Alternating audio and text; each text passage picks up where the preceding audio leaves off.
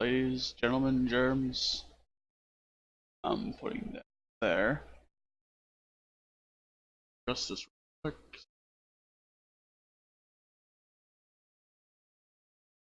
There we go. Yeah.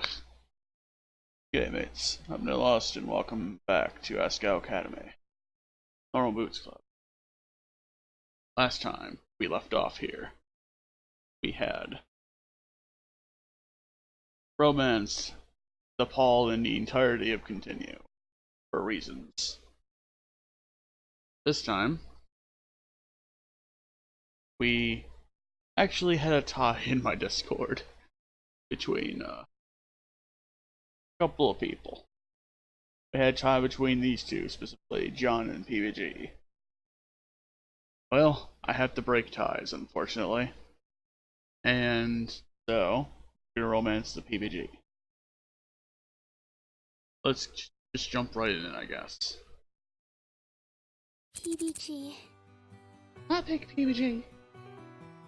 I nodded. Aww. This is gonna be hella adorable, let me tell you.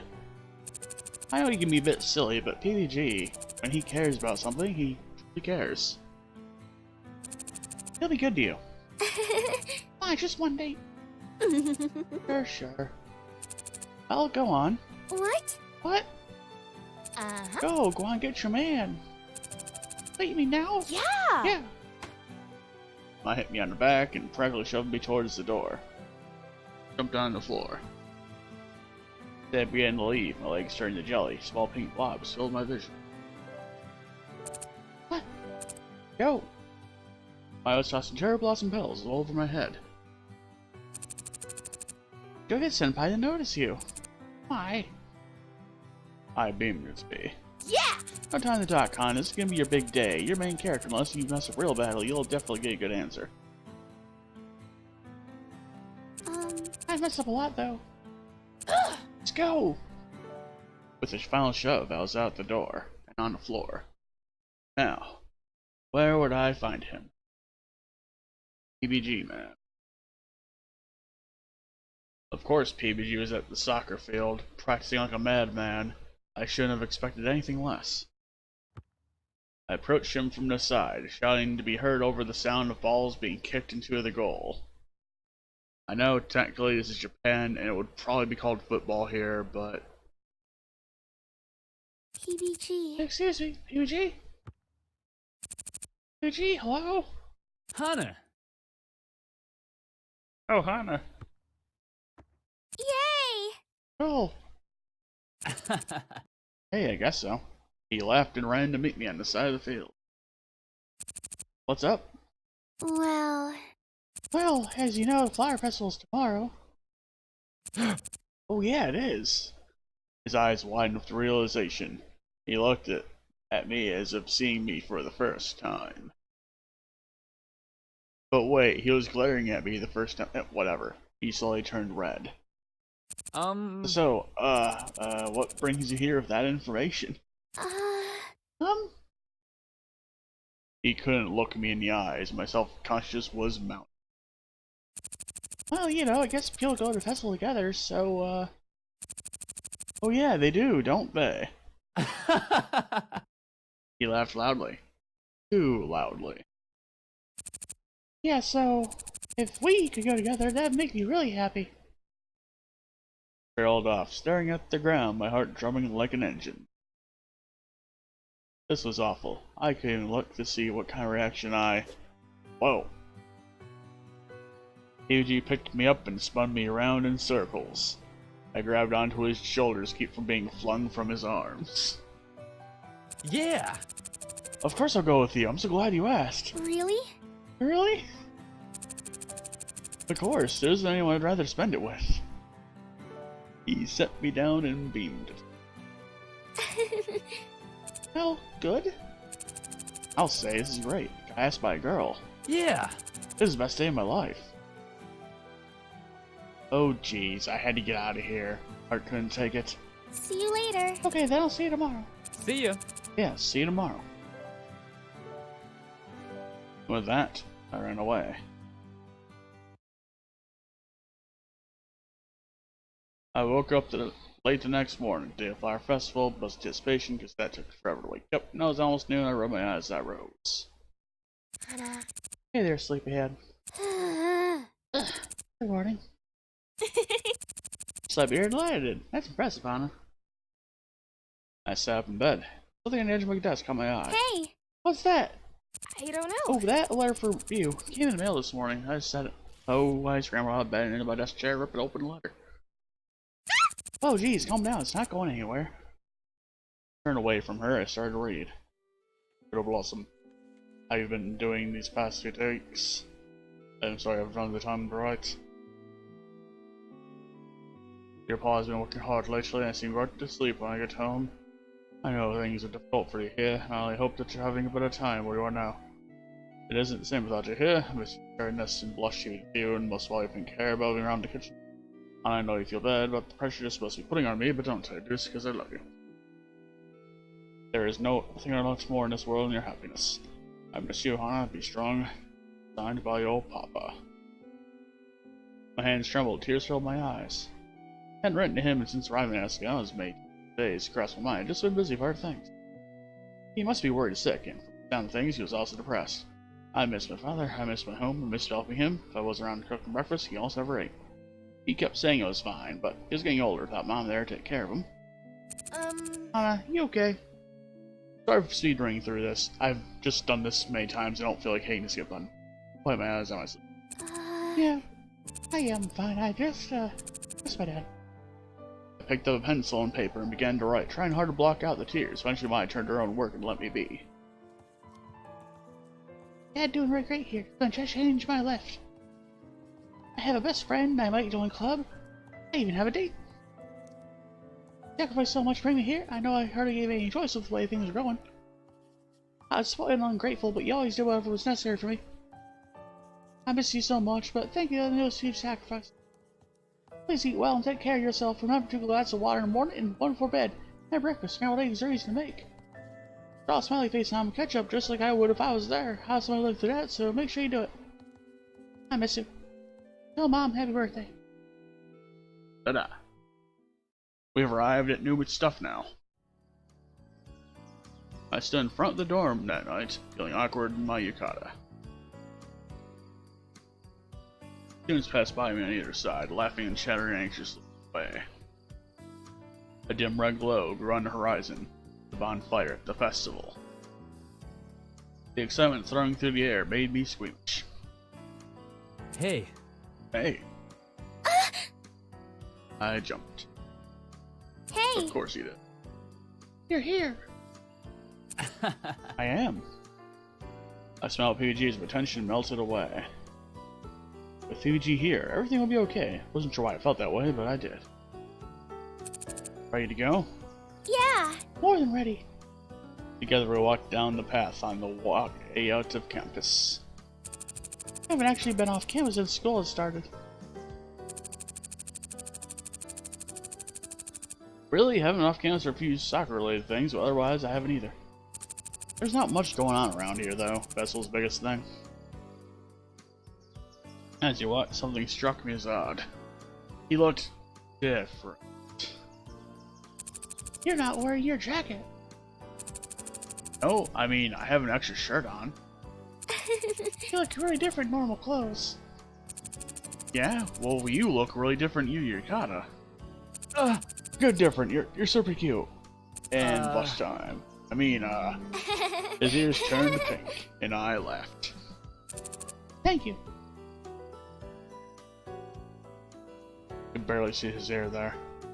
As they approached the edge of the festival, an outpouring of drums, laughter, and calls, people running stalls cascade into the night. So what do you want to do first?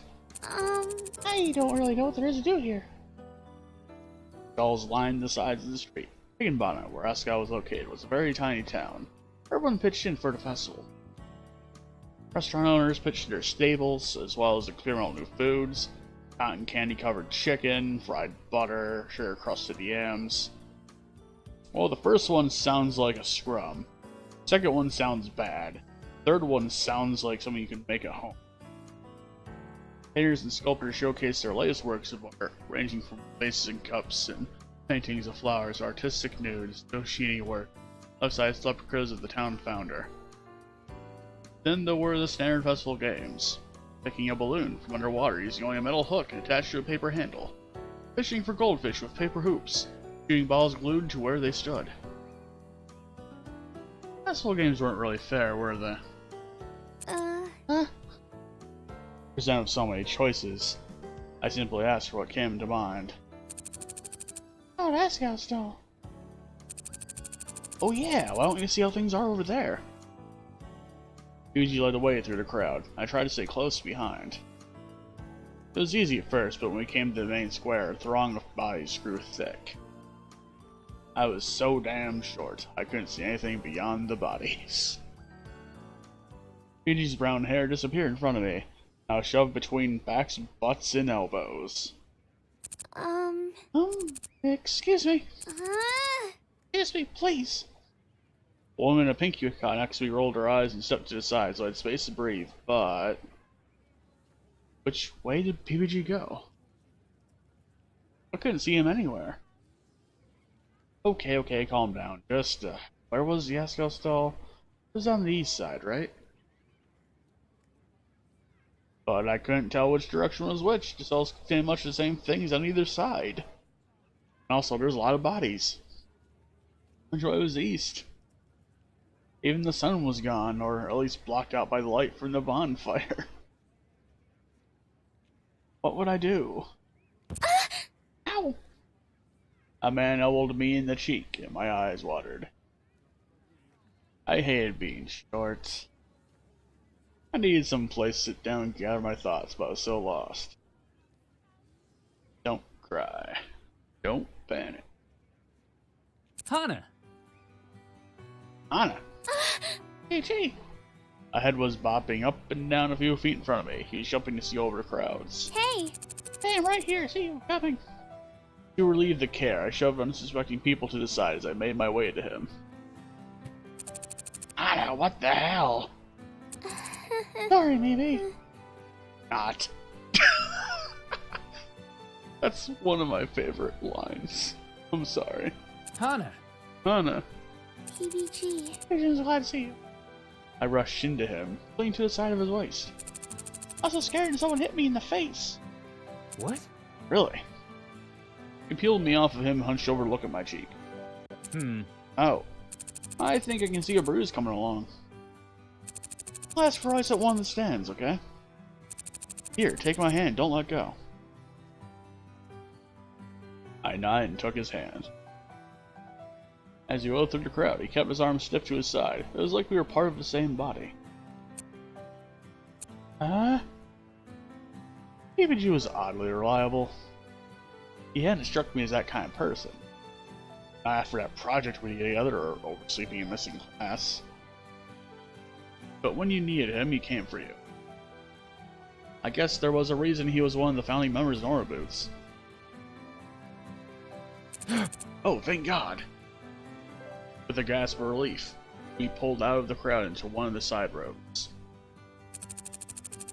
Asagao stall is this way, and we can ask one of the drink vendors for some ice. I'm so glad to be out of there. Me too, I hate large crowds of people, it's just so hard to breathe. It's hard to treat people like they're people when there's so many. The monkeys speak. Theory comes up. I nodded. Out here, there was no reason to continue holding hands. I expected PG to let me go, but instead he pulled me along down the street. Did he realize we were still holding hands? I glanced up on him, but he was focused on searching the stalls in front of him. Though his ears were a little pink. Was he stressed? Wait, more importantly, I wasn't pulling away either. PG was this a date? Was this a real date? I mean, you asked him, what do you think? Shouldn't I know this? I was one to ask him, maybe I should do something to show that it's one way or the other? But what should I do? Do I want it to be a date? I mean, it's technically a date, it's a flower festival date, but is it a romantic date? Why didn't I think about this before? Hey, excuse me, can I have some ice? She got hurt. Fuji's talking to a red-haired girl at one of the stalls. Wait. Akasu. Affirmative. Ice will be delivered. What was the happenstance behind this? Some guy just up and owed her in the face. He didn't even do anything about it. That is awful.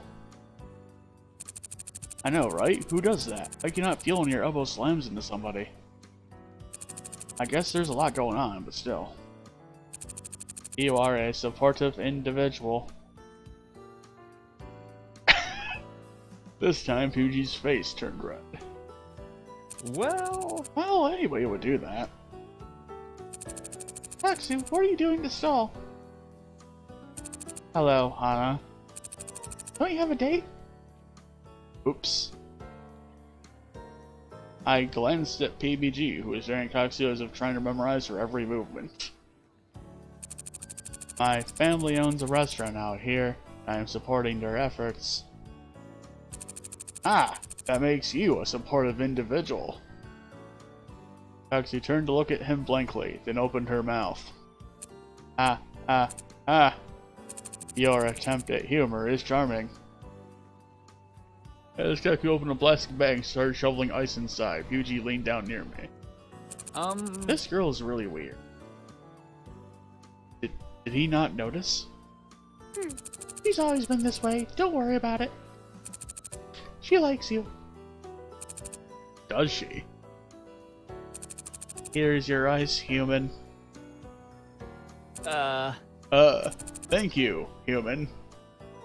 He really didn't notice. Katsu beamed at him. That is wonderful. We are friends now. Allow us to be friends. Yeah, sure, we're friends. Kakasu has made a friend. Kakasu is a supportive human. Kakasu has been successful today. Let's get out of here. Bye. Bye, Kakasu. Goodbye, friends.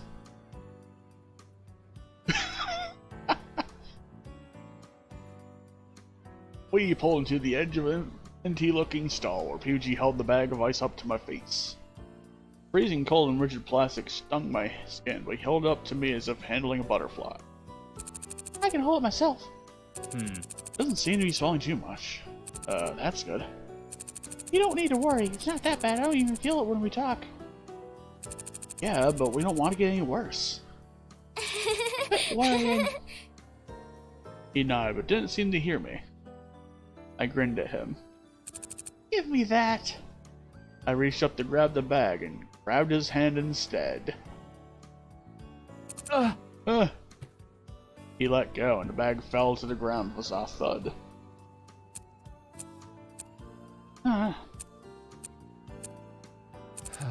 Sorry. No, it's... God, why was it suddenly so awkward? This wasn't or was it a date? Which did I want, for heaven's sake? I grabbed the bag and put it up to my face. Yeah! Look, they have taiyaki. He left for the stall without waiting for me to follow. I dashed to catch up. His legs were longer than mine, so it took me 2 steps towards every one. I was practically jogging next to him. Slow down. What? What? Oh, sorry. He eased his pace and I walked in place next to him. Huh?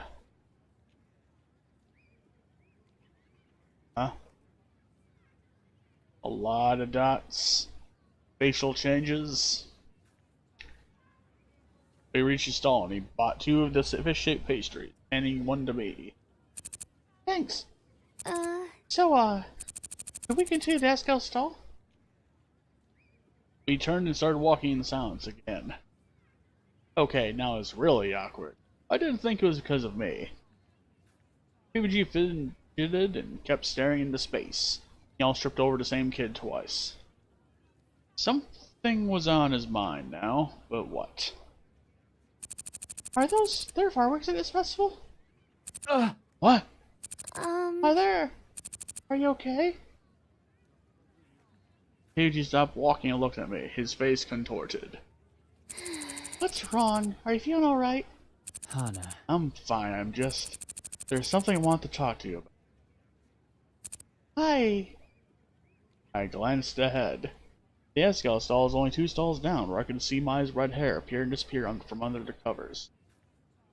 She could wait. Sure, what's up? Well... Well, he began to walk again. I fell on the step beside him. Did I look familiar to you when we first met? Hi. Did he? The first day I walked into the Asagao classroom, didn't it seem like I had seen him somewhere before? Yeah. Wait, I think you did. Really?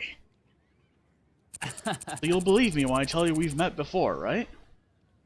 He looked familiar, but he was also a tall guy of brown hair. There were plenty of those around. I sighed. Sorry. I can't remember. He stared at the ground. It's okay. It was a long time ago. When you first showed up in class, you looked exactly like this girl I used to play with when I was little. He would come over to my house and we'd play video games. Then he mentioned something like that at the stomp match, so I thought... I stopped walking. There was a little boy from my past, but Well, ever since the accident. Accident? When I was 11, I bumped my head getting out of the shower. Spent 3 days in a hospital with amnesia. Most of my memories came back in a few weeks, but, memories of the boy I used to play with, only a few of those came back. I still can't remember his name or his face. So if I'm the little girl from your past... He cleared the distance between us, taking both my hands into his own. Hana! I know you're her. You're Hana. You were my best friend when we were little. You only use a blue controller for the Nintendo 64 because you said it gave you powers like a Power Stranger. And you made me use the green one because you said it matched my eyes. I stared up at him for a long time, searching his face. There was something about him that was familiar, something that made me feel oddly at home. But if memories were lost somewhere inside of me, they were too far gone for me to reach. I'm sorry. Your favorite game was Screw You Pikachu, and we would take turns making up insults, making him dance. We call him Rodrigo. He'd cry when I hit the chickens in Kukuriko Village when we played Zelda. I know it's you. I shook my head, the guilt knotting itself into my stomach. Slowly he let go of my hands, dropping his arms to his sides in defeat. PBG. AJ? No. No, I want you to call me by my real name. Your real name? He clenched his fist. My real name is... Peanut Butter Gamer. What? I forgot about this. And I forgot about that too. Oh my god. I took a step back and looked at him again. Oh god. Now I'm seeing ghosts. That messy mop of hair, the slightly tired puppy dog look in his eyes, the narrowness of his face. Oh god. Even the similar hair covering the ear thing is similar. The only difference is that his nose grew, but still. Oh my god. The days I spent over at his house, walking to school together in the mornings. That time I pushed him out of my tree. It all came rushing back. Oh my god, Peanut Butter Gamer, I remember now. You do? Oh my god, you're so different. So are you. Hana. You were always the loud, adventurous one when we were little, so yes. Thanks for the tab up, my friend. So when you first showed up in class, I wasn't sure that it was you.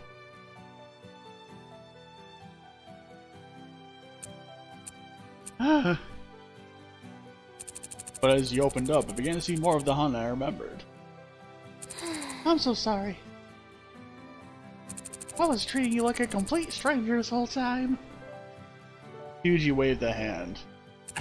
It's no problem. Amnesia, it happens. So is the Arc Ascent, but we don't talk about that one. No. You're so important to me when we were little. You were my best friend. You meant so much to me. I was so sad when you left and you never wrote me or anything. I lost your address when I moved, and I didn't have your email address. I only remembered your first name, so I couldn't even look you up. It's PBG. good to see you again. Yeah. Yeah, it is. We laughed and I beamed up at him. I couldn't believe it. He was so different now. He was tall and brave and athletic. But he was still the same PBG from when we were kids. Always thinking of others and convincing himself to make sure they're okay. Even down to his crazy obsession with soccer and football. We're in Japan. It's football. But okay, I guess soccer. Whatever. So, I'm the reason you like video games, huh? I flushed. Well, I might have exaggerated a little bit. Don't even. We can be friends again. Hana. We are friends again. Yeah. We are. We're friends again. Yeah. Friends again. You have to tell me about everything that happened after you left. Everything. I grabbed onto his arm and jumped up and down. Okay, but first, do you want some more food? I'm still kinda hungry. We never made it to the Asagao stall. We walked past it several times, and I winked at me every time. Instead, we caught up over ramen and takoyaki, talking about his move, my mother's death, and what our lives were like since we last saw each other. Even as the festival ended and PBG walked me back to the dorm, there was so much I still didn't know. But I was happy. I was so happy. PBG stopped in front of the dorm, an odd look on his face. Hey. Hey, instead of heading in, do you want to come hang out? I have to go record PB&J, but maybe you'd like to sit in? Yeah. I'd love to. This was the beginning of something beautiful. Maybe. Chapter 2. Smiling PBGs. And you're on the PBJ. Thanks for calling. What do you want to talk about? Hi, when's the next episode of Minecraft Hardcore coming up? Thank you for your call. We're out of time on this segment, my bad. For now, you can listen to lovely stylings of this old man playing ukulele.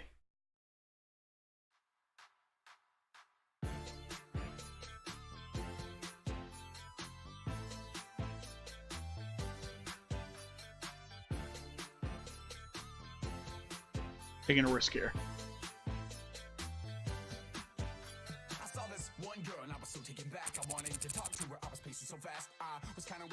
So, the song that's playing is Take My Star, done by Youngtown, who also appears in this game as Luke.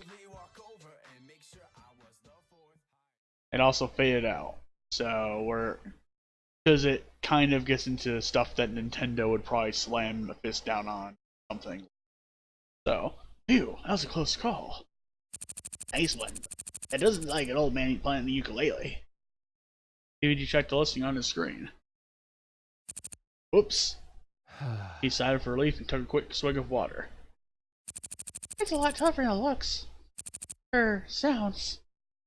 I know, right? Isn't it? A lot of people think we just sit around and talk about talking and playing games, but we're out of stuff to talk about. No one wants to hear about your 12th time spilling ice cream on your principal. 12? That sounds pretty interesting, actually. You get my point. Ever since I started working here, I began to notice more things. I had to figure out something to talk about, so I eavesdropped on the people around me. I became more curious in general. It helps me with ideas for things to talk about. This guy fancies himself someone of an expert in human interaction. Who does? Yeah. Me, of course. Glares at PBG. Look at her face. No, it's not that. You don't think I am?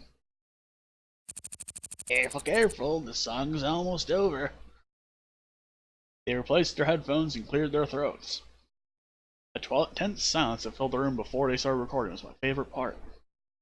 You could almost hear the anticipation, the anxiety about stuttering the first line of the introduction. The stories being run through only seconds before. Welcome back to PB&J. That was Take My Star by resident rapper Youngtown. I love that guy. He is definitely not an old man. Or does he play the ukulele? Unless he does. He'll be taking next few callers now.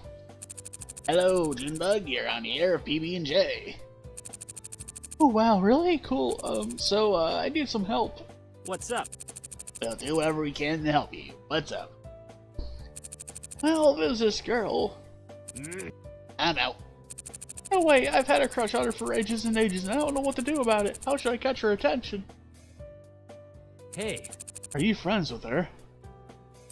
Well, kind of. Do you talk to her often? No, not really.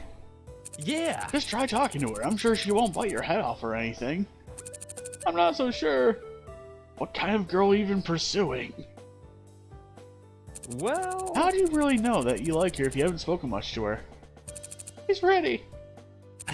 Right, just have a conversation with her, befriend her. Not to bribe her into dating you, but just see if you're compatible and decide whether to ask her out. Jeez, this is the worst advice ever. What a dick. What a jerk. Next caller. Hi, my name is Pickle. How do you know when you're love? Whoa, too real. I wouldn't really know what to tell you. I've never been in love myself. Really, you haven't either? Well, his eyes slid over to me. No, not really. Oh, thank you. I felt like the only one.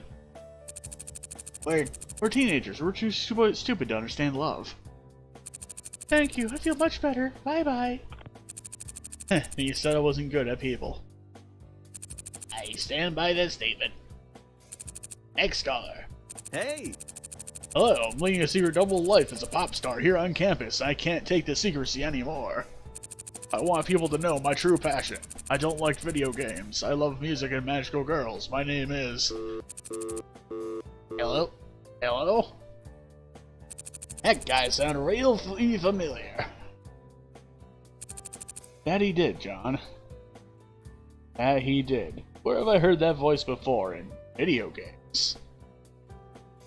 The show continued on for an hour, alternating between music, questions, and stories. So I threw up.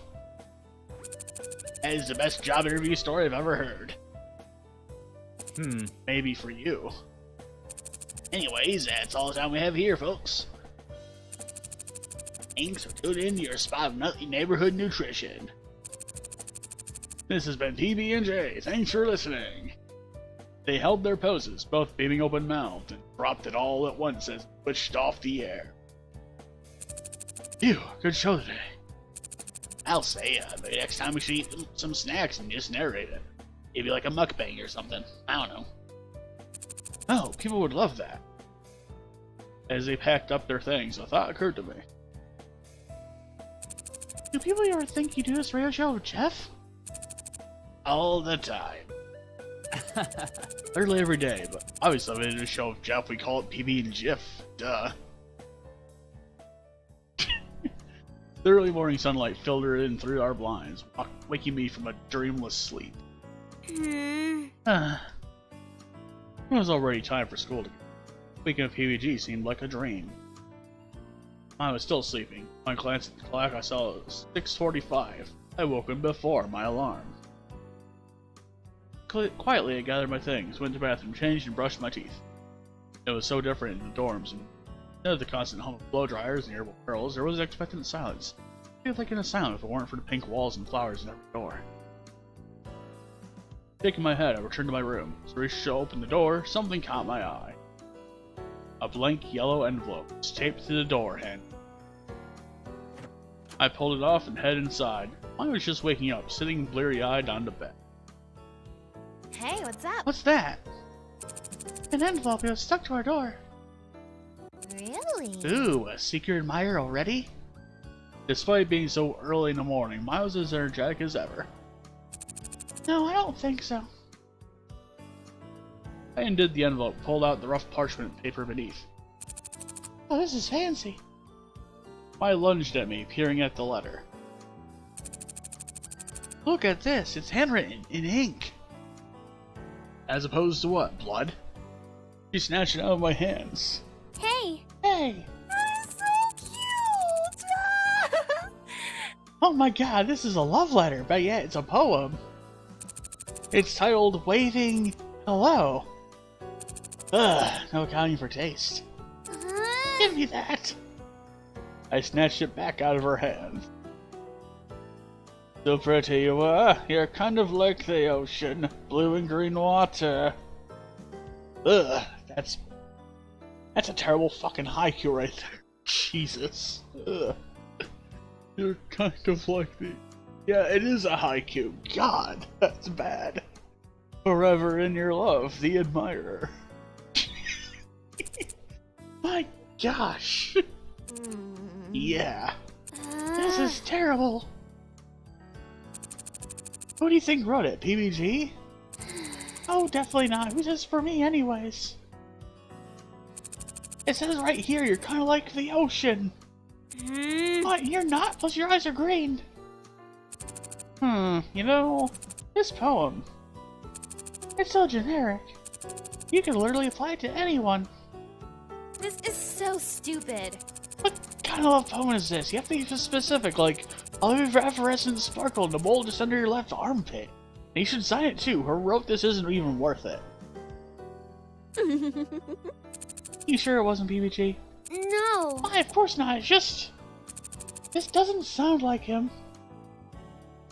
But what if it was from him? We did go to the festival together. He didn't seem interested then, though. Are you blind? And we were just got close again. I frowned. PBG sent me a love poem? The thought sat in my chest like a wet blanket. Whatever. She grabbed the letter and threw it on her desk. Unless this person learns how to write, let's not even bother. As she turned to grab her clothes, she muttered to herself. You're a way better poem than that. Yeah, I'm sure you would. Yeah, you're probably right. I started filling my bag with books for class, PBG still hovering with me. Really though, what if? No, it can't be. As soon as I walked in the door of the classroom, a tall, bald, nervous energy greeted me. Good morning. Anna, hey! He was bouncing up and down on his heels and smiled like the Cheshire Cat. I felt fingers trail across my shoulders as my walked past.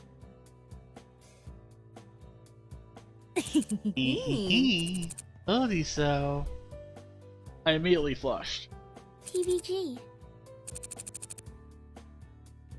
Hey PBG, what's up? Well, our first game is coming up. Yeah, I remember you saying something about that before. I'd really like it if you could come. From across the classroom, I heard my snicker. God damn it. Yeah. Yeah, sure, I'll come. I'll definitely come and cheer you on. He clapped his hands together. Adventure! Great, that's great. This will be an adventure. Soccer makes me really happy. I'm glad we can share it together. Me too. I hope you do well. Break a leg, girl. Wait, they say that in soccer? They do if you say it. Well, good luck. I'm just going to... I dashed to my desk and slammed myself into my chair. Moments later, PBG slid into his chair too. Well, isn't that sweet? Why, I'm sure it's not... romantic. Ah! I don't think he's the one who wrote the poem. What are you talking about? You heard him on the radio and you saw how nervous he was just now. Yeah, but someone else could have taken his advice. You said yourself that everyone listens to PB&J. feeling nervous because the first big game's coming up. He's crazy about soccer, you know that. Yeah, soccer, games, and peanut butter. I get it. I don't know if the peanut butter is really part of it. If we played Satchester, you'd know exactly how peanut butter factors into this. What? What's his actual name? Have you ever actually seen him, Danny? Well... Oh, you mentioned it. No, but... Class. Blast, you'll do well to shut your yaps today, or I will attack you. I don't think teachers are allowed to say that.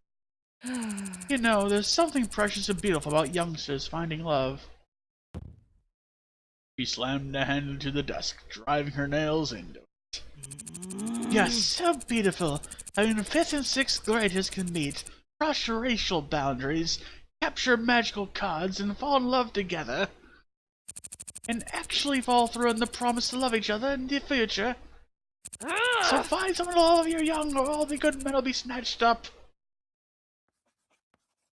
She grabbed the piece of chalk and started vigorously drawing a diagram of Summoner's Rift. We were skipping right to geography.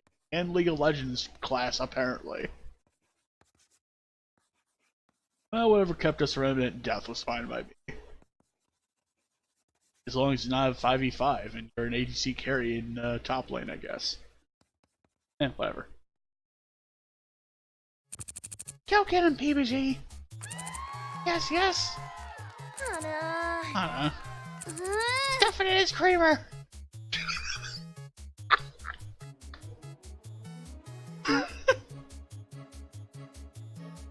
Yes. It was the day of PBG's and Asagao's first soccer ball game. It was bright and hot. The team was in rough shape. Hair mad foreheads. Sweat dripped down backs. They kept playing.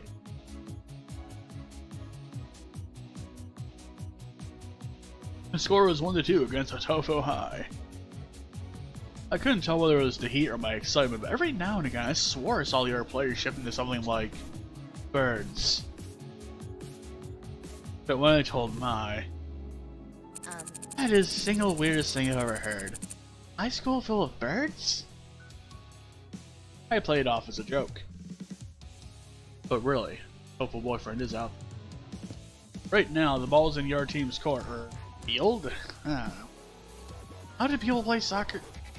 Football again? No! Watch out! One of the other players shot the ball to goal. Goalie, an older student who kind of resembled PVG, caught the ball. Oh, thank goodness. I put a hand on my chest to try to calm my rapidly beating heart. Hey, Hana. He didn't know you were so into soccer, Hana. I didn't either. PVG, originally on the first side of the field, jogged back to the middle. As a forward, I think he said his job was to shoot the ball, basically, or something. The other team called a timeout. As he waited, PVG turned to the stands, granting the crowd. He paused, his eyes skimmed over me, then beamed and waved. He could probably see my hair from a mile away. I waved back. Yeah. You can do it. I believe in you. A brief look of surprise crossed his face. They gave me a thumbs up. Oh, they're starting again.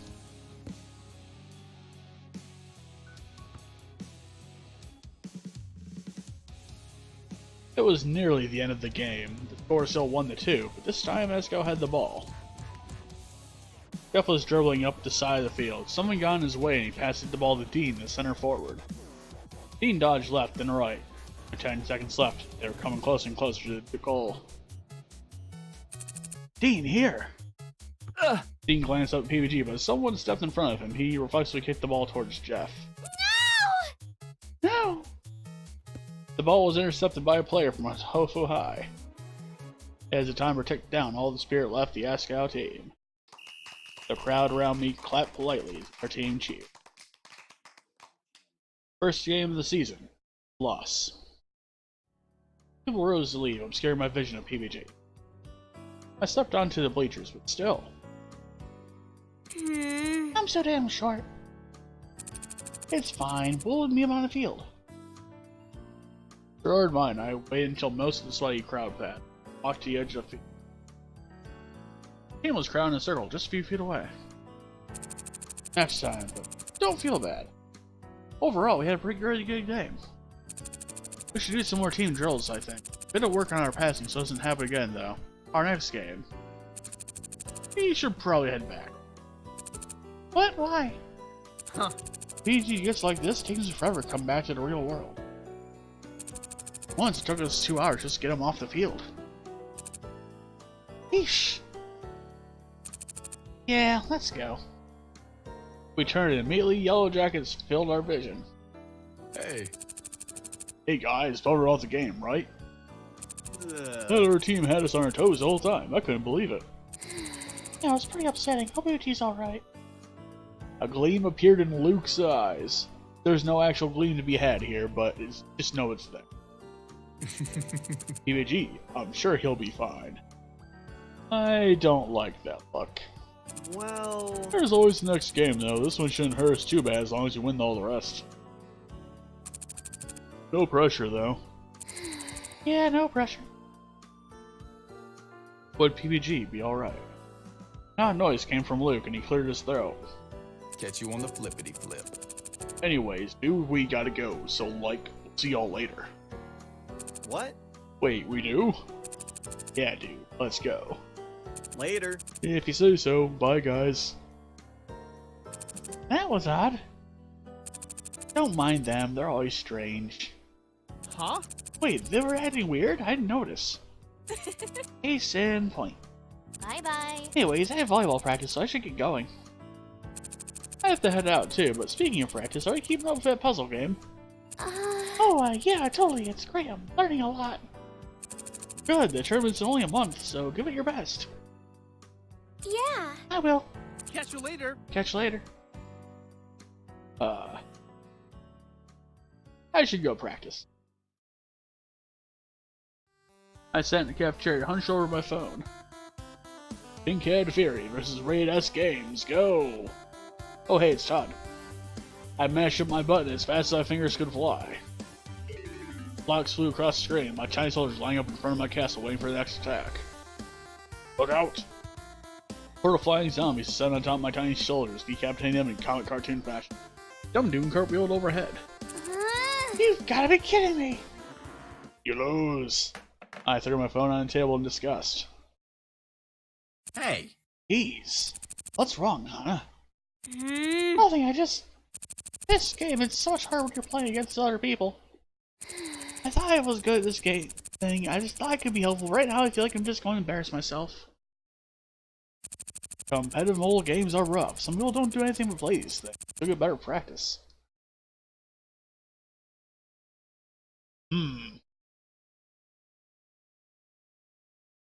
Alright. Our first choice of the route. It's not that easy.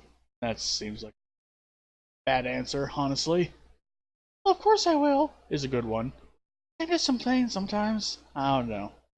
I don't think we can afford to dilly-dally in terms of making choices, though. Or at least I'm under that belief in terms of how these routes tend to go, usually. We're gonna go say, oh, of course I will. I'm just frustrated, and it'll get better. I'm going to keep going until it happens. Jimmy looked taken aback for a second, then laughed. That's awesome, Hana. I didn't know you had it in you. What? I've just never seen you so intense before. You're usually pretty quiet. I'm sorry. No, it's great. This is great. I'm really looking forward to the tournament now. I can't wait to see what happens between you and Ian. He looked around and then leaned in towards me. Don't tell Ian, but I'm rooting for you. What? Chuckling, he walked away. Jimmy's a good boy. I looked up my phone on the table, the flashing game order screen showing a profile picture of my conqueror. Loser. Picking up the phone, I started a new game. Good luck. The next day, I was winding down after lunch, getting ready for another few hours of class. I was busy joking with Jared, so I went to dump my tray by myself. Hana! Hey, Hana. I jumped. The fork and plate on my tray clattered, but thankfully didn't fall off. Oh, hey, what's up? Well, I wanted to know what you thought of our game yesterday. I tried to find you, but I think you just left. Did you not like it? He watched me anxiously, tapping his fingers against the palms of his hands. A memory flooded to my mind. PBG and I were in my parents' old kitchen, trying to make brownies. We'd put the batter in a bowl and use an electric mixer. But the bowl was more fragile than we'd originally thought. It shattered when I ran it too hard against the edge. My mother's footsteps raced down towards the kitchen. I started crying. PBG, tapping his fingers against his palm like that, nudged me to the side and stood in front of the bowl. My mom thought he did it. After she threw us out on the porch, she hugged me until I stopped crying. Don't worry, Hannah. We got cookies at my house. You can have all mine. He was never allowed back in our kitchen, but I didn't get in trouble either. And the cookies were delicious. You didn't like it, did you? PBG's sad voice brought me back to reality. Whoop, No. there goes Brad. Oh, I'm sorry. I was just Remember something we did back when we were little. You remembered me? Yeah. Well, to answer your question, I really like the game. No offense, but I was surprised. I thought I wouldn't like it, but I got into it. Yeah. I knew it. I knew you'd love it. Wasn't he saying you thought I hated it just a few seconds ago? You were always so competitive when we were little. I didn't think that changed. You remembered that about me? Of course, I could never forget you. Of course not. Why do you think he's blushing right now? I turned and dumped my tray to hide the blush slowly creeping over my face. Hey. Let me get that. PBG grabbed the empty tray out of my hands and ambled over to the depository. I took a deep breath and smacked my cheeks. Calm down, huh? This wasn't a big deal. But it made me really happy that you remembered me. I didn't make any new friends when I moved to Amarisu. Often as a kid, I looked at the blue feather PBG gave me and wondered whether he missed me at all. But as time went on, he never answered my letters. I figured he'd forgotten about me. I always concluded I missed him more than he missed me. And apparently, I was wrong. Wanna walk to class together? Huh? I glanced around. And hello, Giggles. How are you doing, man? You've stumbled upon my book club. Where I just read and some people sometimes jump in. Glance around for Mai, but she was nowhere to be found. Yeah. Sure. We left the cafeteria. The day was warm and slightly muggy, making my blazer feel heavy. I'm doing alright. How have you been, man?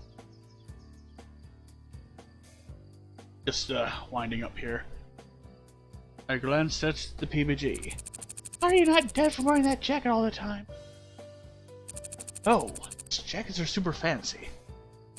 And this gal costs so much to go to. It's such a nice school that they want everything to reflect that kind of quality. So these jackets are somehow breezy, nice when it's hot, but really comfortable when it's cold. I don't super get it. Sometimes people act like are wearing this some kind of status symbol. But they're just too comfortable not to wear. I wanted one. As we reached the door to the classroom, PBG hesitated. What's wrong? Well, do you want to meet up tomorrow? We could play games or something. Of course, if you don't want to, that's totally fine. You don't have to. I just thought it'd be fun. I haven't seen you one for a while, so... Where at? My room. Oh, but not like that. Just hanging out. Would that be cool? He fidgeted. I'd love to. He relaxed. It seemed whenever he got nervous, he tensed up like crazy. I didn't notice it happening until he really listed it all in one go. See ya. Great, come over when you want. I'll be around. We parted to our separate sides of the room. John glanced between me and PBG and instantly smacked him on the side of the arm, laughing. I turned around to look at Ma. What's wrong with you?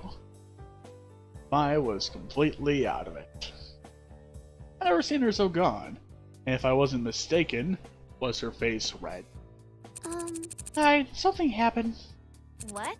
What? What? He looked at me. Anna, when did you get here? A minute ago. Are you okay? You look out of it. Yeah, I'm fine. He stared at the edge of her desk, refusing to say any more. Did I press her? It wasn't like mine to say so quiet. Something must have happened, but maybe I should ask. My. Class? Class, sit down, shut up. Today we're going to be talking about proportions and height differentials and how the height of a woman is never a good reason not to date her. Ouch. It was gonna be a long day.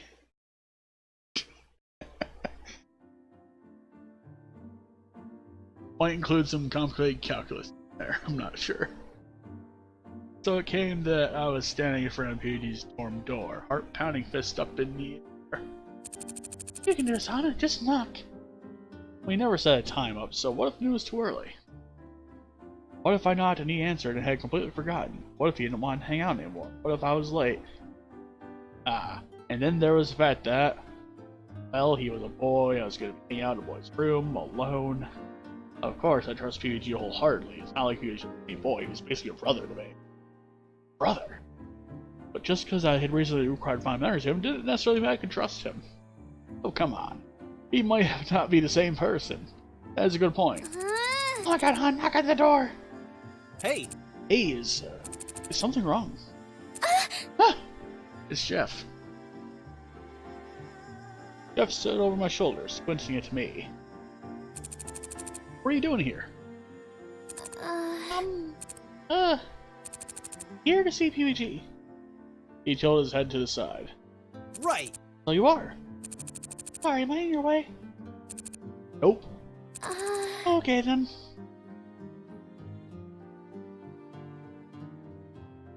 How long was he going to stand there staring at me? Why wasn't he moving? Was he waiting for me? I didn't want him knowing I was going to PUG's room, but what else was I supposed to say? Bye. I'll see you later, Hana. And with that, he turned on his heel back the way he came. Furious.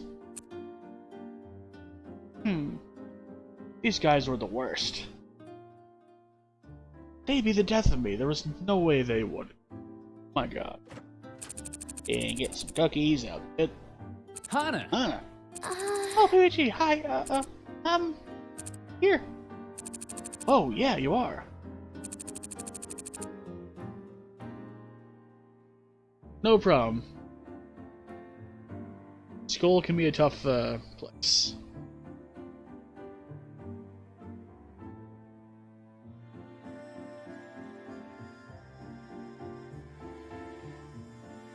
I almost thought you weren't coming. Oh, am I late? And you should be able to enjoy your school career, no matter where you are. Maybe tough, but the degree at the end is worth it all. No, of course not. I was just overthinking things again. Never mind, come in. Weren't you just leaving? He paused and stared into space over my head. I just... Oh! No worries, I don't need to leave you're here, though I am sorry I don't have any cookies for you. You were gonna get me cookies? What kind of hangout sesh doesn't have cookies? Yay! Let's go get them then. Okay. The fluorescent lights buzzed above our heads as we prowled the school store, a small area connected to the cafeteria that reminded me of a gas station. I picked myself some strawberry milk and followed behind PUG as he strode up and down the snack aisle, muttering to himself. Breath, not quite the ones. It was kind of funny to be honest. At first, he gave off the impression he didn't take anything seriously. The world was just a big giant playground. PUG was rolling along it, trying not to hurt anyone. And thanks for the lurk. I'll see you around.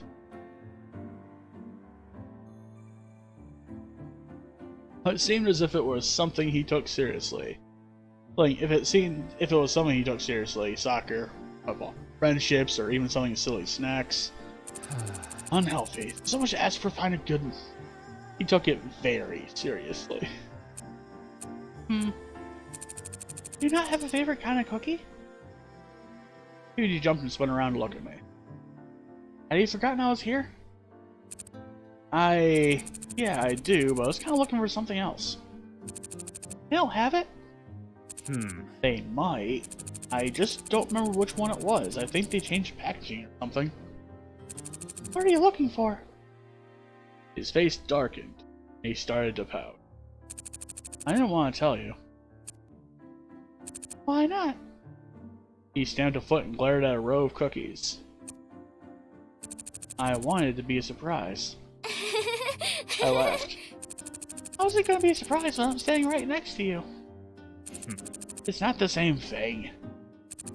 You remember those cookies we always got at the corner store? They came in with little toys. They were awesome. And we split them in half, and so you got the cookie and I got the toy. I wanted those again. Those are illegal now. What? What? Why? It's short on the toys, I think.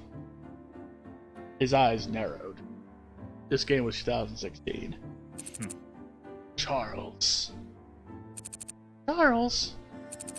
The kid of the new generation is exemplified by Charles. He's ruining everything and will continue to do so for the rest of our lives. Really? Oh, really? Luigi raised a fist in the air, staring into the sky. Ugh. Curse you, Charles! What? This isn't funny. This is awful. Oh, it's really funny. In the end, we decided to get the faithful standby, chocolate cookies, and head back to his dorm. I was so busy laughing at the register that I didn't notice him paying for my drink till all was said and done. When he handed it back to me, I said thanks, but an odd feeling sat in my stomach. This wasn't a date, right? Come on. I liked PUBG, but I didn't think I wanted it to be a date, I presume. The Yeah. hangout sesh, though. Okay. We sat on the floor of PUBG's dorm room, while monitoring a Wii in front of us. He waved 2 game boxes on the floor. Here we have Marionette Party and Stupendous Stomping System. Which one do you want to play?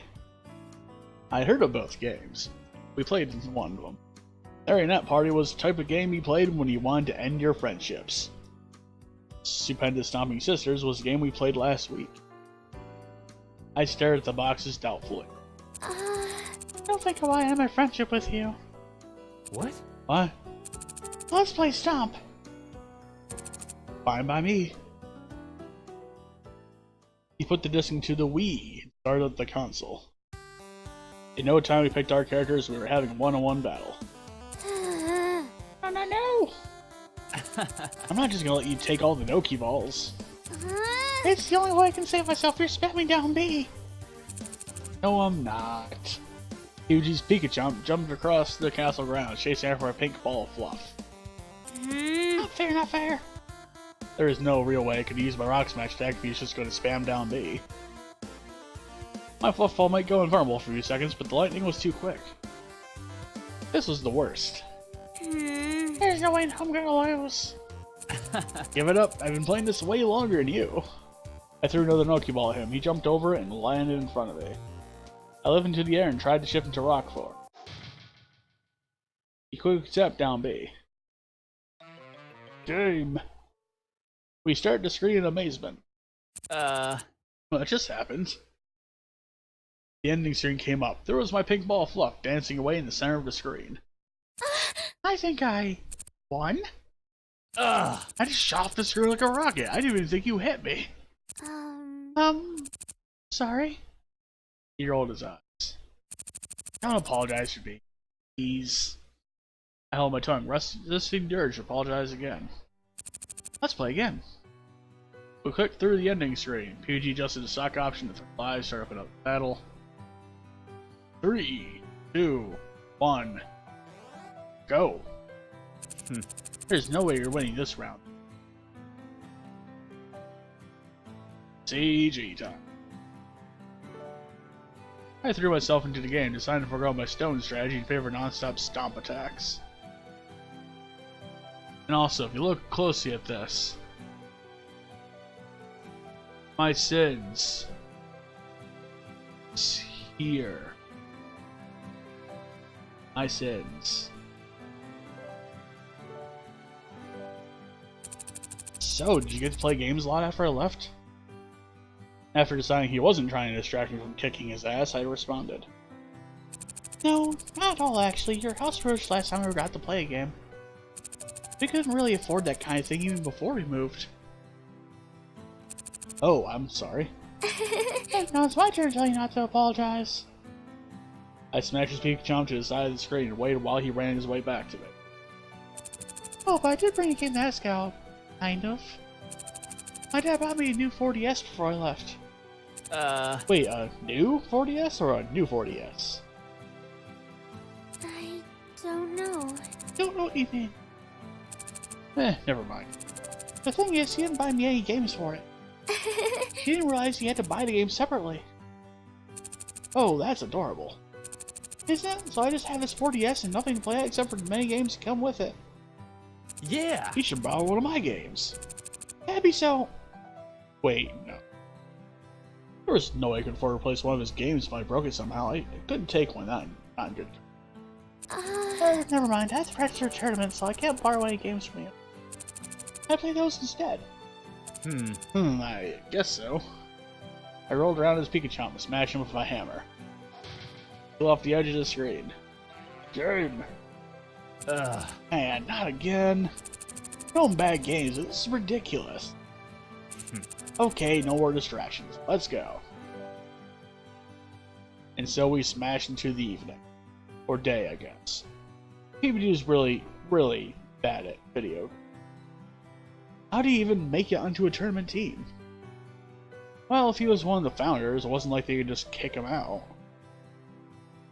Yeah. These cookies are totally worth it. They're surprisingly good, actually. I dusted my fingers off on my skirt and took another one. But Hana, you're really good at games considering you've never played them before. You think so?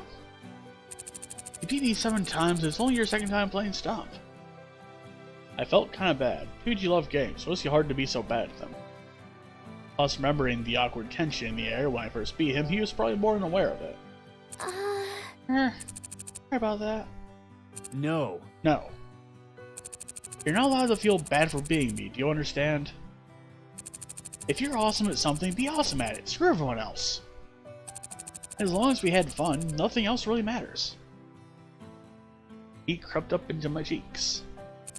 It's probably that had you let me be in the first place. Whoa, whoa, low blow, Hana. We laughed. I tried to sleep my strawberry milk, the taste clashing with pure chocolate cookies. But, I'm really glad I got to play with you again, Hana. I mean, I missed you. This was nice. I'm happy. Okay, I was definitely watching now. So direct. I couldn't remember the last time I told someone something like that. Heck, I had a time telling my own father how much I appreciate him. Yeah, I mean, it took you like a week and a half to write a letter back to him. Yes. I had to summon all my strength to stammer out a reply. Me too. PG beamed at me. His smile was really nice. And, geez, had he always been so tall? Good lord. John appeared over the side of his bed, headphones around his ears. I did not realize John was in here this whole time. He threw a pillow at PBG. It whizzed across the room and smacked him right in the face. He collapsed onto the floor. I squeaked and rushed to his side. Get a room!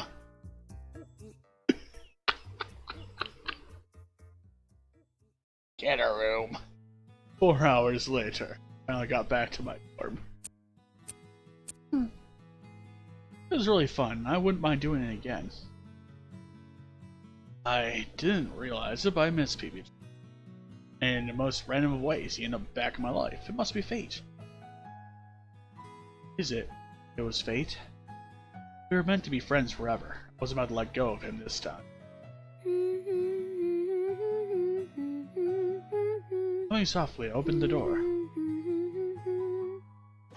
Hey! I'm back. Hey, what's up? Welcome back to Earth. How's your trip? You're gone for days. I sat at her desk, piece of paper in front of her. Don't be so dramatic. What are you doing? Take a look at this. She handed the paper to me. I told it towards the light and began to read. Red flower. A flower needs some sunlight indeed. Before it grows up, it starts as a seed. Its potential is great, but first there is fear. A shadow that's wandering there. Will be lost in my wonder. My heart is up here. This relationship flower is a metaphor. Ugh. Because if it shall grow from the rain, its red petals emerge before our heart's terrain. This is fucking terrible. I'm sorry. Really? Another one? I sighed. Just as vague as the first. At this rate, we'll never figure out who wrote them or who they're talking about. We sure this isn't a joke? I mean, this is so bad. I jumped out of her chair and came to look over my shoulder. Well, it is bad enough to be a joke, but this would be a lot of effort just to make fun of us. It's not like they didn't see our reactions either, so it's really in it for them. Maybe they want us to get infested, or they'll invite us to confess? I laughed. You think they want us to make us fall in love with them? I shrugged.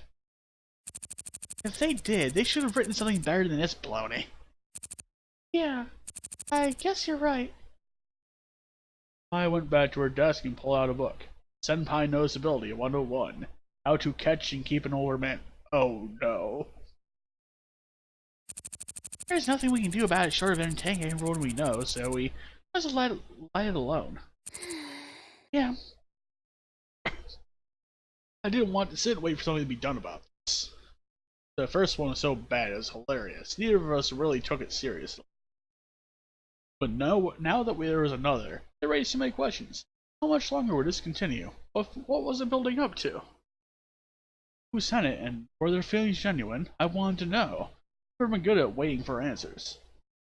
I was the kind of person who asked what was happening in a movie when I hadn't told us what was going on. I wanted answers. Hey! Maybe I could ask the other girls in the dorm, so I might have seen who did it. Ha! She didn't even look up from her book. If anyone saw it, they'd have read it too. They'd have taken it or would already be asking about it. The girls here are way too nosy and we live too close together for them to just let it be. It couldn't hurt. I blew her hair impatiently. If you want to waste your time, go ahead. I sighed. She was right. I had other things I needed. My eyes slid over to my cell phone, which I left charging on my desk. There were only 4 weeks left until the tournament. I pulled a note in a neat square and shoved it in the back of my drawer, out of sight. I was hanging out at PVG. It was fun. Huh? Maya glanced at me over top of her book. Oh, what? Nothing. Tell me, did PVG mirror your movements in any way? Mirror? My gaze drifted from her face to the book in her hands. You've gotta be kidding me! PVG and I are not like that! Well, did he? He was sitting next to me the whole time, and... Well, he did really get close to me after a while, and it was so warm, it was nice to lean against him. That was just because he made me feel safe. I don't know, I wasn't really paying attention. Maya was watching me closely. Now she lifted her chin in the air as she turned away. Okay, whatever you say, I believe you. You two are friends and nothing more. Yeah, well... Good. You really are, though. He's like a brother to me. He's safety, not love. Maya grunted. Sucks to be him. Pardon? Nothing, you're friends then. Yeah. Did she think he had a crush on me? I mean... I picked up my phone and loaded the puzzle game, trying to ignore the strange sinking feeling in my chest. I didn't have time for this. There was a tournament to win. Yeah! Time to get it to work. Chapter 3. A sad and angry PUBG. Oh no. Go, PPG! I stood atop my seat on the bleachers, screaming my throat hoarse. I can't believe you'll think I'm the loud one. I should have brought earplugs. Asagao was playing another game today. After a loss so early in the season, they couldn't afford another one. The score was tied 1-1. There were only a few minutes left until halftime. PG called the team to a huddle where they stood, heads bowed and necks tense. Really don't want to repeat it last time. None of us do, but it's okay if it happens. It's just high school football. Don't let PG catch you saying that. He's more than just captain of the team. He can be a little obsessive. Oh, I know that. A little? You don't know the half of it. You haven't known him as long as I have. I glared at him and he held his hands up in self-defense. Can't blame me for stating the facts, ma'am. And you can't look at me like that. I'm your class president. I'll throw you in the brig. I won't vote for you this year. Ouch. Man, I thought you were nice. My point is, it's better that we win, for everyone's sake. Care to elaborate further? Paul shook his head and pointed to the field. Asagao was taking up their position again.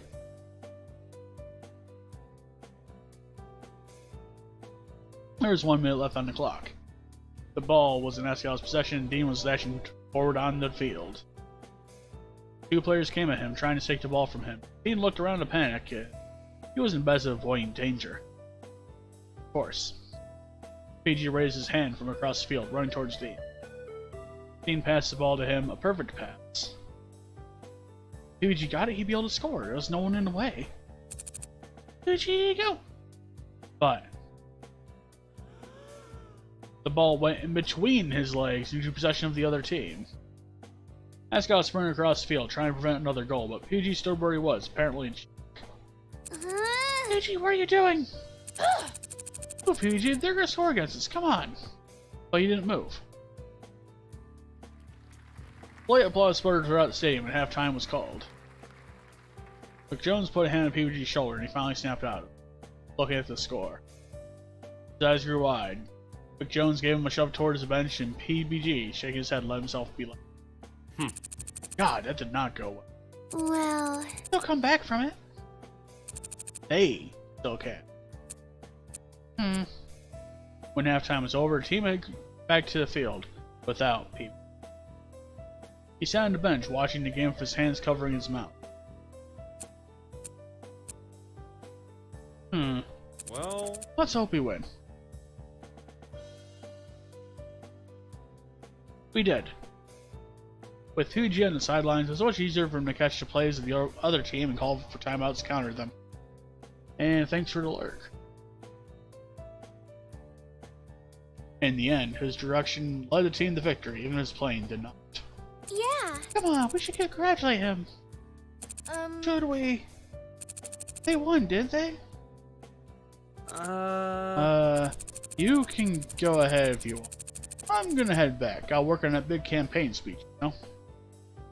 But, maybe if he seems kind of out of it, you should give him some space. See you later. Sure, see you later. Paul waved and headed off. Mine and I waved through the crowd and stood behind the bench where PG was finishing up the speech to his... Amazing. I've never been prouder. We've never been more of a team than today. Have fun tonight. Tomorrow we'll have practice, same as usual. We're going after Mariah's strikers next week, so we can't let ourselves get complacent. See you guys then. He dismissed the team and turned to the bench. For a split second, there was a look I had never before seen on his face. Then he saw us. hey. Oh, you came again. Yeah, congratulations on winning. The team did great, didn't they? All thanks to your direction. He shook his head. Well, There's no saying what would have happened if the team did really well. You want to go get ice cream or something? We should celebrate. No. Every time I would, I mean it, but I have homework I should catch up on. I've been neglecting it lately. You always neglect it. It's about time I should catch up then. see ya. See you some other time, Anna. He grabbed his duffel bag and headed off the field. That's not where Bluebell House is. He's really not doing too well, is he? No, he's not, but seems like he wants me alone. Well, he could. He's someone to talk to. Maybe. It does seem like he does want to be alone. He turned down ice cream. Come on, who turns down ice cream in this world? I don't like it, but I guess he made his decision. I smiled at me. Yes? Oh, nothing. I'm just happy to see my little Hana growing up so fast. Pardon? He clapped a hand on my shoulder and pushed me back towards campus. Come on, dinner's almost over. I want a hot dog. Together in the dying sunlight, we watched the cafeteria. Still, I couldn't stop worrying about what was going on at PBG. I'd be able to talk to him tomorrow. I used to worrying about it till then. A few days went by, and at first everything seemed fine. PBG wasn't acting any different from usual, aside from the occasional brooding look or nervous twitch. Class started to get harder as we neared midterms, and Shuko was taking no prisoners. Miss Santos, sit up straight. Yes, Miss Shuko, sorry. As time passed, she seemed to only get angry and angrier. I said yet another guy had dumped her, but I wasn't so sure. Asagao Academy had a huge reputation to fill. There was a reason it was known as a rich kid's school, after all. They accepted scholarship students like me to help hold up the grades of the students who got in purely because of money. The rest of the students were set based on merit, a combination of talent, looks, and smarts. If the academy fell in its ranking, the more well-to-do families would pick a better school to send their children to. That would be devastating for them. So midterms were a big deal. Huh? A gentle snoring filled the classroom, steadily growing louder. Students were glancing around, trying to locate its source. PBG? PG sat straight as a stick in his desk, his eyes closed.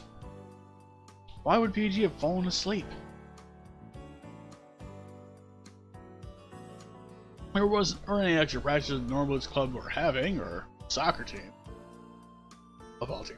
I waved emphatically to Shane, who began to prod Shane in the side. Prod PBG in the side. Why would Shane prod himself? Oh, whatever.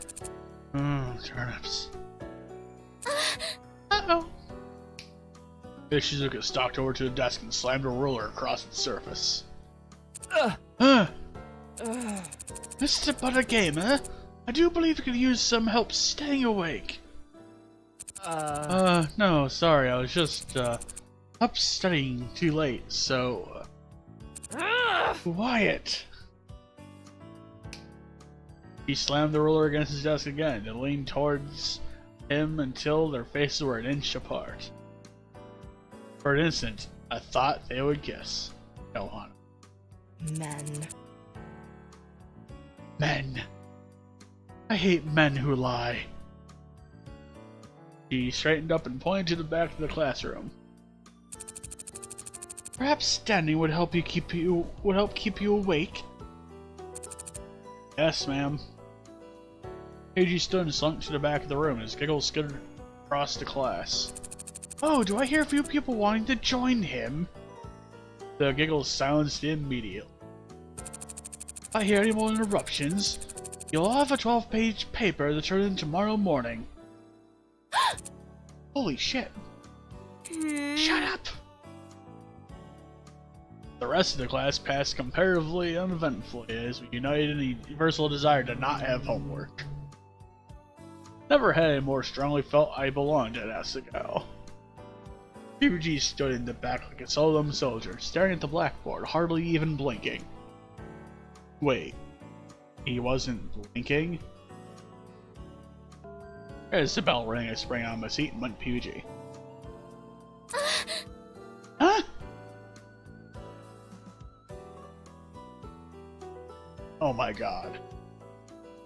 He drew eyes on his eyelids? More than that, he'd fallen asleep standing up? PBG. PBG, wake up! I shoved him. I didn't mean it. Please don't take Pixel. What? He blinked at his surroundings and looked down at me.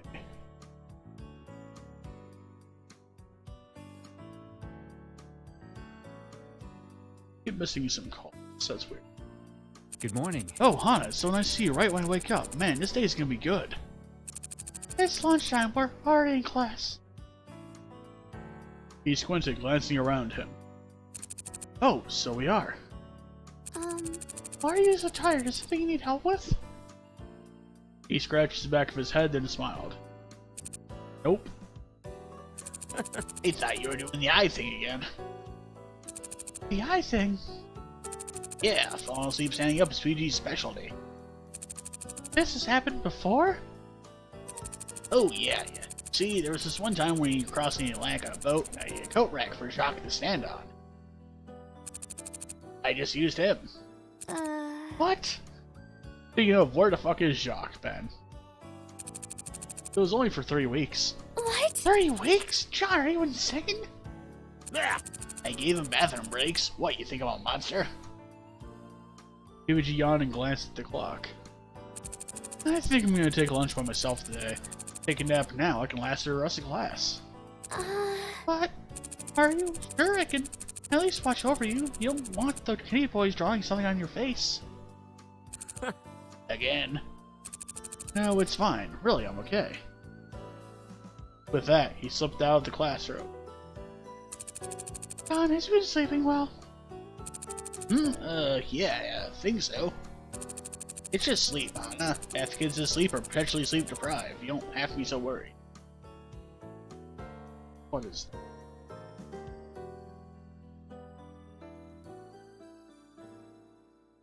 Oh, it's just a spam call.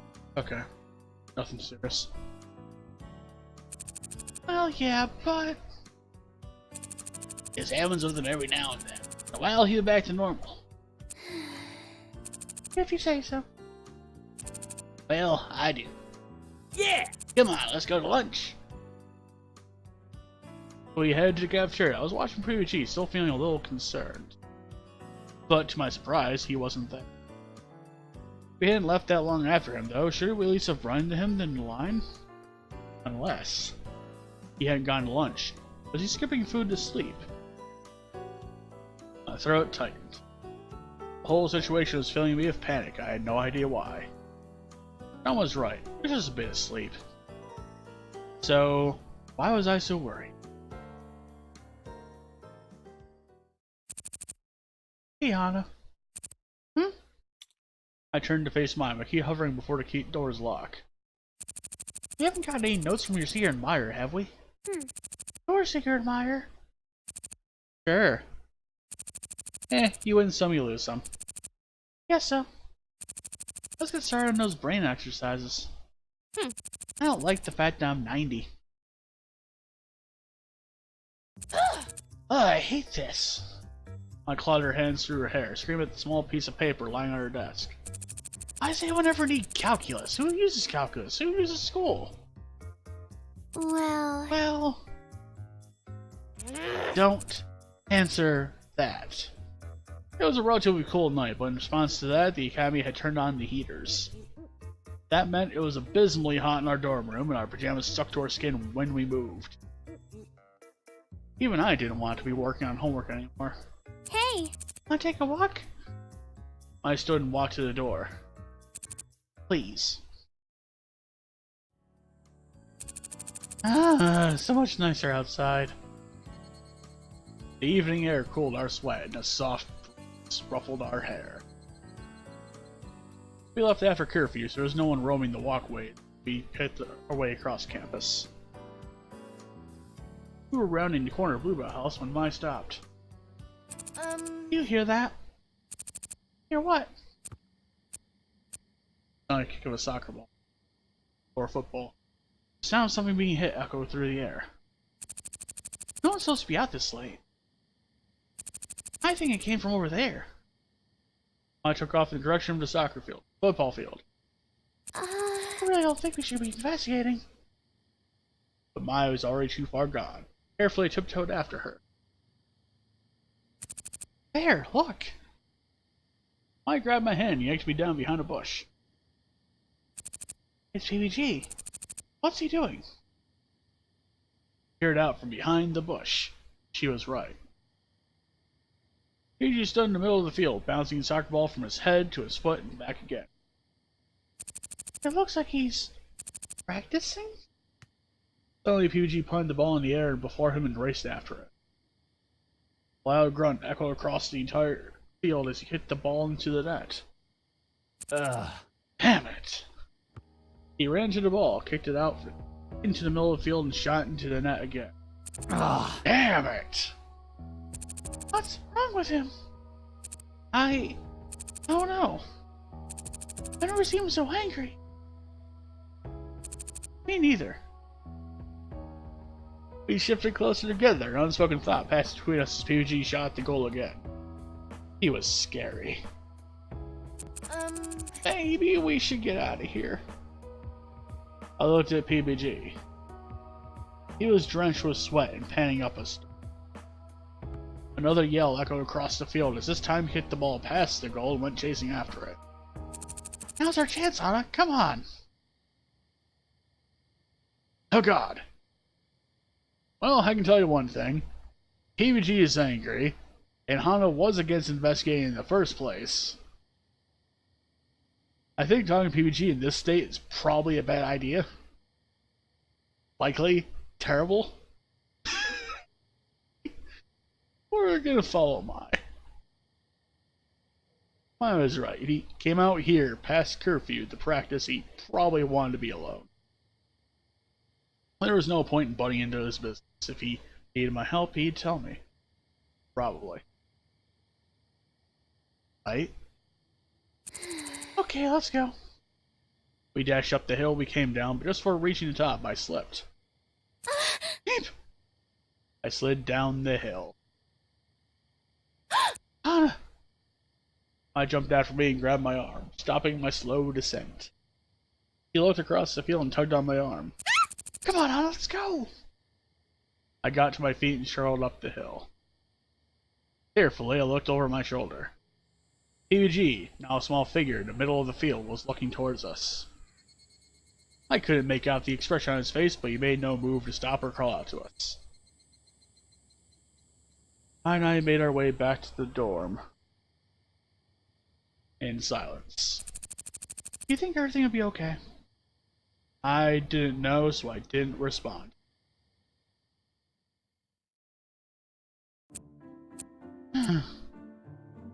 PBG shoving books into his locker. Maybe today? PBG. Hey, PBG. Hey. Hey! When he realized it was me, he closed off completely. After glancing around, he shut his locker and dashed to the classroom. PBG had been avoiding me ever since the incident in the soccer field. Incident. He didn't want to talk to me at all. I sighed. Is this still bothering you? Of course, I'm really worried. Maybe you should try talking to someone else about it if talking to PBG isn't working. I glanced across the classroom. Shane, John, and PBG were looking at something Shane drew, giggling. Well, I guess you're right. It wasn't until the next day that I got my chance. I ran into John and Shane while heading to class. PBG is nowhere to be seen. hey, Hey, I dashed towards them. Hey. Oh, Hana. What's up? What's up? well, no. I fumbled with my fingers. You know how PBG has been working really hard recently? No. He seems tired recently. Did you notice something off with him, John? You're his roommate. Sorry, Hana. I'm usually at the theater, so I haven't been around much. He's working harder than usual.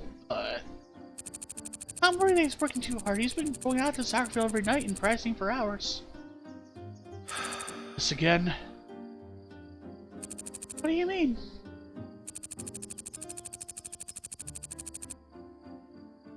When PBG has something he really cares about, he tends to work extremely hard at it.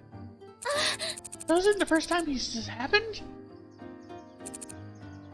Well, From what you're saying, it seems like this one's more extreme than usual. But yes, this has happened before. I don't think it's that big of a deal. Hey, I guess if you guys think it's okay, it probably means it's okay. But what could be driving him to work so much harder than usual? He doesn't stress himself out too much. Something soft hit my head. I looked up, startled. Trust him. Shane was patting me on the head. And he was actually smiling. I know you care about him a lot, but Pidgey isn't a little boy anymore. Yeah. He can take care of himself. I guess so. Without another word, Shane left. Hey! Wait for me! What just happened? A hurried Luke dashed past me. Hana! Anna, you better hurry up. Class starts in a minute. What? What? Thank you. Did that kept on? I followed him to the classroom and burst through the door just in time. Collapsed into my seat with a sigh. Glanced Pidgey's seat. Where? You. Is there something wrong, Miss Mizuno? I'm not tolerant speaking out of turn. No, sorry. Returned my gaze in front of the room, but my mind was elsewhere. Pidgey hadn't come to class. At all. Next day, I watched class door with worry. Sure enough, the bell rang. Class started and PG still was nowhere to be seen. Hana. Okay. He's fine. Yeah. But my mind couldn't help wandering to terrible thoughts. As I watched Shizuka draw pictures on the chalkboard, my mind drifted back to my childhood. Back then, PG was always needing my help. He'd stub his toe or get chased by a raccoon or have turned on television at night and seen a movie about aliens. Each time something bad happened, he'd come running to me and make him feel better. I knew that a lot of time passed between now and then, but the PG saw now was so similar to PG I knew then. What if that hadn't changed? What if, instead of learning how to manage his problems, he just learned to take them inward? And now, instead of asking for help from the people who cared about him, he pushed them away and took it all into his own hands. Now when he needs help, he takes his anger out on other things, or gets too absorbed in what he's working on. In that case, if his friends didn't see the need to help him, how would he ever get better? And if he hurts himself? Good job, class. I'm leaving now, except for you, Marcus. He placed a paper on one of the more attractive boys' desk. I'll be seeing you in my office. She winked and waltzed out of the classroom. What? Holy crap, it's finally gonna happen. Finally, Suga's finally gonna hit on a student. Yeah! Oh man, there's no way I'm gonna miss this. Come on, Hana. We'll have just enough time to peek and eat lunch if we hurry. You go on ahead. I have to talk to John. Really? Seriously? Fine. Maybe Jared will come with me. As Mai left the classroom, I approached John and tapped him on the shoulder. John. John? What's up? Oh, hey! Hi, Yana, what's up? Well, it's kind of about our conversation yesterday. You need? Well, he didn't come to class again. I'm worried. Right, usually he sneaks in by now. Well, if you want, we can go up and check the room. As I saw him, he was still sleeping. Yeah. Thank you. Together, John and I made our way across campus. As we climbed the stairs to the room, I finally asked him about something that had been bothering me for a while. John, where did Jacques go? Jacques? Oh, he's fine. He's installing an update to get a cybertronic beak that can carve through raw iron. Iron? Oh yeah, all the cool birds have one now. You know, couldn't leave him out of the loop, little guy. If you say so. I didn't really believe him, but he didn't seem to want to talk about it. Makes sense. Besides, it made about as much sense as anything John said. Here we are. We step into his and PBG's dorm room, and he closed the door behind us. PBG was fast asleep, curled into a tiny ball on the bed. How was it possible for him to be so small when he was 6'2"? Jesus, that's an entire foot taller than Hana. Good morning. Wake up, beauty queen. PBG shifted over. You've got to be kidding me. He climbed over PBG's soccer bag, football bag, and began poking him in the side. Wake up, come on. No. No, leave me alone, I'm tired. If you don't come to class, you're gonna get kicked out of school. Do you want that? Leave me alone. No. Come on. John swept PBG's blankets off him like a matador. No. PBG shrieked and flailed against the bed in a perverse imitation of a toddler's temper tantrum. I don't want to go to school. I'm sleepy. I want to sleep. Let me go to sleep. Oh man, this is awful. John turned to me. I'm sorry, Hana. Could you leave us alone for a bit? Hana! He shot up in his bed, smashing his head against the beams of John's bunk. Ow! That's awesome. Shut up. Leave me alone. I'm up, okay? I'm off. Yeah, Hana here was worried about you, so we came to get you. I shuffled awkwardly back into the entryway. Pardon my intrusion? Hana, He trailed off, tips of his ears turning pink. I'll be glad after lunch, okay? Yeah. I'm sorry, I'll go now. I flew out of the room and head for the cafeteria. When I got back to class, I can't believe damn, it this. was a total fluke. Juko was giving him an application for some college internship program. That's why she winked. I totally thought they were gonna get it on, too. Come on. That's too bad. What are you grinning about, anyhow? Glanced across the room at PBG in his seat. He caught my glance and gave me a thumbs up. Nothing. Oh, you lovebirds. Lovebirds? No, it's not like that, I swear. Yeah, let me know when it gets juicy. PBG stayed in class that day and for a few days after that. He looked absolutely exhausted every time I saw him, and rarely responded to what I was saying. At lunch, he ate his food and absentmindedly picked at his dessert, never listening to the conversation. I was worried. He was clearly acting strange, but nobody else seems to be paying him any attention. I tracked Nick down to ask why, and all he said was, "This has happened before, it just kinda has to run course." Ugh. I did not speak English. It kind of just has to run its course. They eventually pieced two and two together. A big game was coming up. Apparently, if Asagao won, they would have definitely better chance of getting the finals. I didn't understand why, but they'd be able to lose 2 games instead of only a 1. As the deadline approached, PBG got more and more anxious. Then, one day, he didn't show up to class at all. Still not here. Hey. What's going on? This is the second day PBG just hasn't come to class. Luke glanced at PBG's seat. Yeah, I guess you're right. Don't be sad. I glanced up at Ian in surprise. No? Ian rolled his eye. If he's not hurting himself, there is no problem. He can make his own decisions. You've got yourself to worry about. This tournament isn't going to win itself. He grinned and my throat caught. Tournament? I've been so worried I hadn't been practicing at all. That's what I thought. Can't make this easy for us, Hana. We really will beat you if you don't work hard at it. You're right. Ian shook his head and walked away.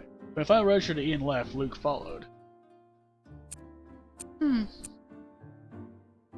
For my bag, mine was nowhere to be seen, so I headed alone to do some practice. See. Damn it! No matter how hard I tried, I wasn't getting any better. I stayed in the same scoring range since last week. How was I going to beat Ian at this rate? Oh, the show's back on. I turned the volume up just slightly, resuming my training. Welcome back to PB&J. Remember, if you heard that name somewhere else, we totally thought of it first. I'm bringing you a very special show, because as you might notice, my partner has fallen asleep. Uh-oh.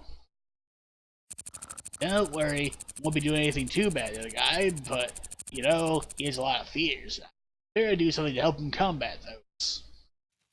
A sound like plastic echoed out of the radio. When John next spoke, his voice was muffled. Now then, PB&J, wake up! I have come for you. What?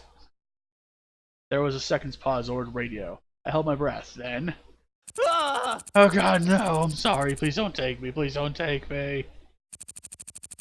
You're make the perfect specimen.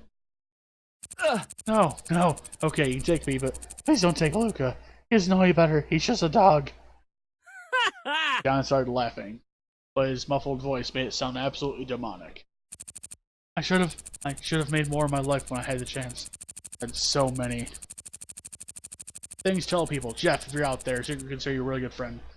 Gosh, I'm really jealous of your beard, and Hana, Oh there, boy. There was a rustling as John took off whatever he was wearing. Only me. John? Hey, Come over to Daddy. Come hug me. I'm sorry for hurting you. What? A quiet shuffling sound and someone being patted on the back. There, I'm sorry. It's over now. It was you? Of course it was me. I'm not.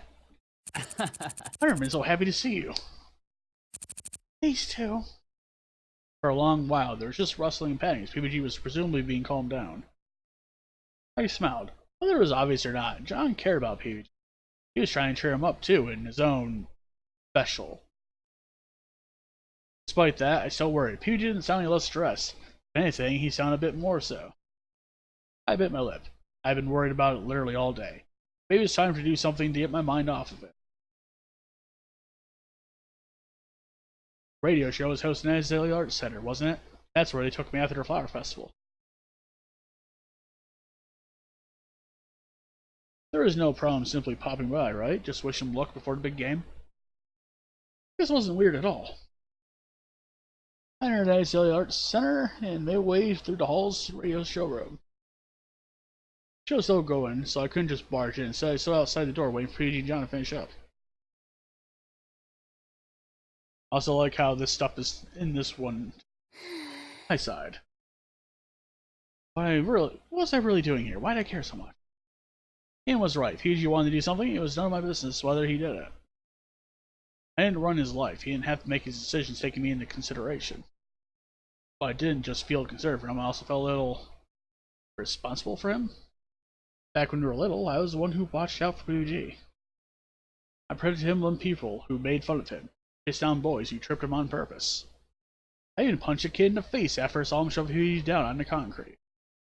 We were only a few months apart in age, but he always felt like a little brother to me. It was hard for me to see him as anything different, even now that he was so insanely tall and clearly had things together. Well, as together as obsessively destroying yourself over a silly soccer game could be. You'd have punched me if you were so scared. Well, if I was an actual alien. Then punching you wouldn't make much of a difference. You don't know that. John PG walked right past me, too deep in argument to even notice I was standing there. He only cleared my throat. Ah! Oh, Hana, it's just you. What are you doing here? John glanced from me to PBG and smiled like a Cheshire cat. see you later. Hey, I gotta get going, but leave you two here. Take your time, too. We have permission to be out, so we won't get in any trouble. I smiled at him, and he winked at me. PBG was pink. So, why are you here? Well, shit. I didn't really think about what I should say once I was here. Mostly, I just wanted to see him put my mind at ease. Yes, he was alive, and he was in one piece. He didn't even look that bad. Much better than he had the past few days. Maybe he had been using the time to catch up on sleep? But he still shouldn't be missing so much class. What should I say? Well, that's a bad idea, because that probably causes an argument. What sport are you in? I want to see how you're doing. Well, we came here to wish him good luck in the game. Initially. So I think that's what we want to do. This just seems like it could cause an argument. I'd rather not have that happen. Want to see how you're doing? Seems neutral now. I'll support you. I've been conflicted. I feel like you're pushing yourself too hard, but I know how important this is to you. I just wanted to do something to help. I stopped. Wanted to give him something, but what? You don't have to do that. I fumbled around my jacket, looking for anything that might serve as a good gift. There was nothing but my body. Oh no. Oh wait! Stepping forward, I wrapped my arms around him in a hug. My head just barely reached his chest. It was more like hugging his stomach than hugging him. His heart was beating rapidly just under my ear. He went stiff as a door. Maybe this wasn't the right thing. He shifted a little under me, then I felt two long arms wrap themselves around me too. Something prickly and heavy hit the top of my head. Hana. Thank you, hon. As he spoke, vibrations tickled my head and face. No problem. We stood like that for some time. Longer than was strictly necessary for a friendly hug, but I didn't mind. What?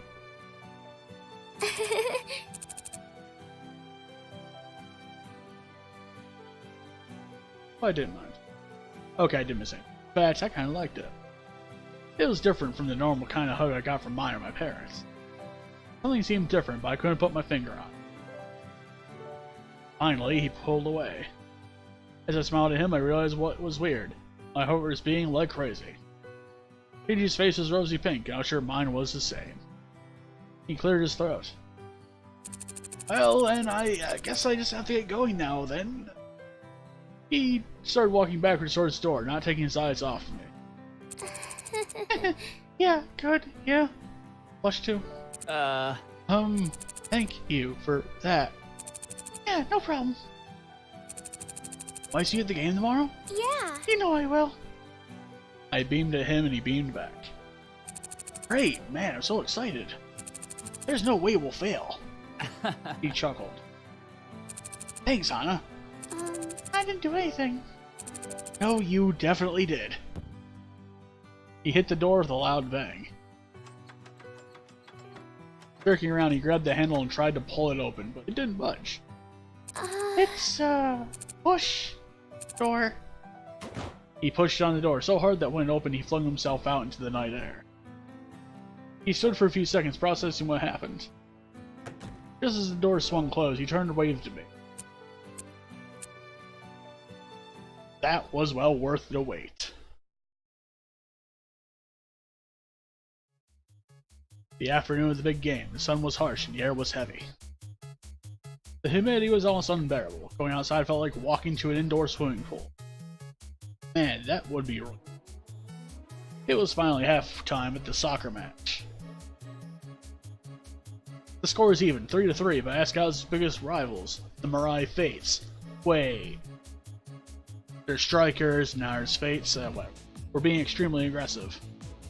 One player in particular already got a yellow card and was consistently getting into minor scrapes. So far, no one was hurt, but there were plenty of moments where Asagao might have been able to score the goal had not been avoiding his risky lunges. It wasn't looking good. He was in great form, but stress had taken its toll. His hair was mad with sweat, and beads of it rolled down his face. He waved his arms around vigorously, talking to Jeff, who was being just as enthusiastic back. It doesn't look like it's going away very well. Don't worry, we just gotta believe in the team. Well, If you say so. I didn't feel good about this, not at all. PG and the rest of the team jogged back onto the field. He got into position this time as center forward, directly opposing the rogue player from Mirai. I have a bad feeling about this. Whistle blew is my turn to me. If you keep acting like that, you'll drag the team down. Come on, why can't you? PBG! Ugh. Ah. PBG was on the ground, pulling his leg and writhing in pain. The rogue player stood above him, a smirk on his face. PBG, no! The Asagao students in the stand lost their minds. Foul words flew around us. If anything, it seemed the riot was imminent. The referee ran out onto the field and spoke to PBG. He shook his head and tried to stand on his leg, only to instantly collapse again.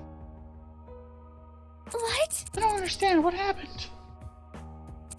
That player basically trapped PBG's ankle between his feet and twisted it on purpose. I can't believe It looked like some kind of judo move. That was no judo.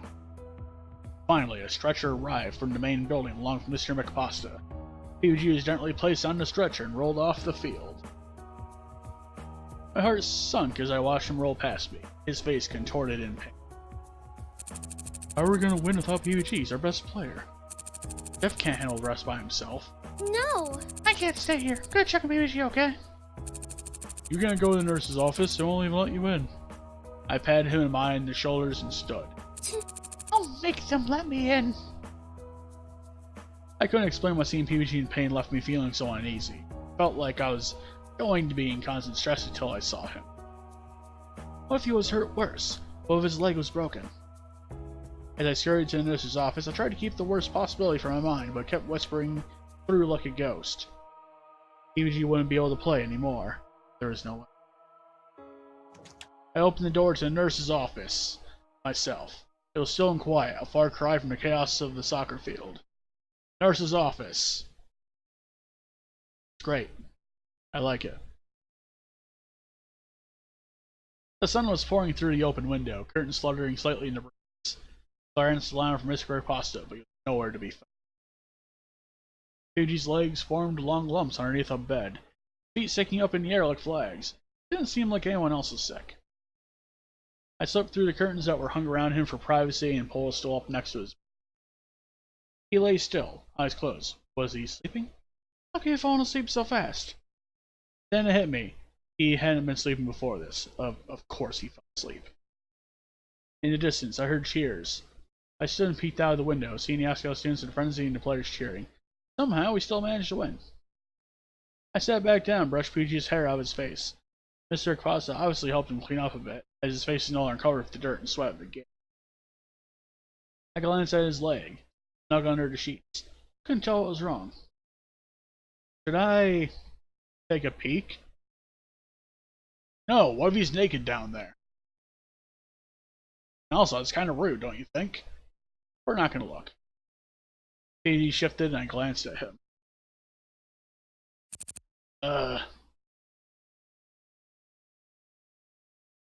He blinked a few times and looked up at me.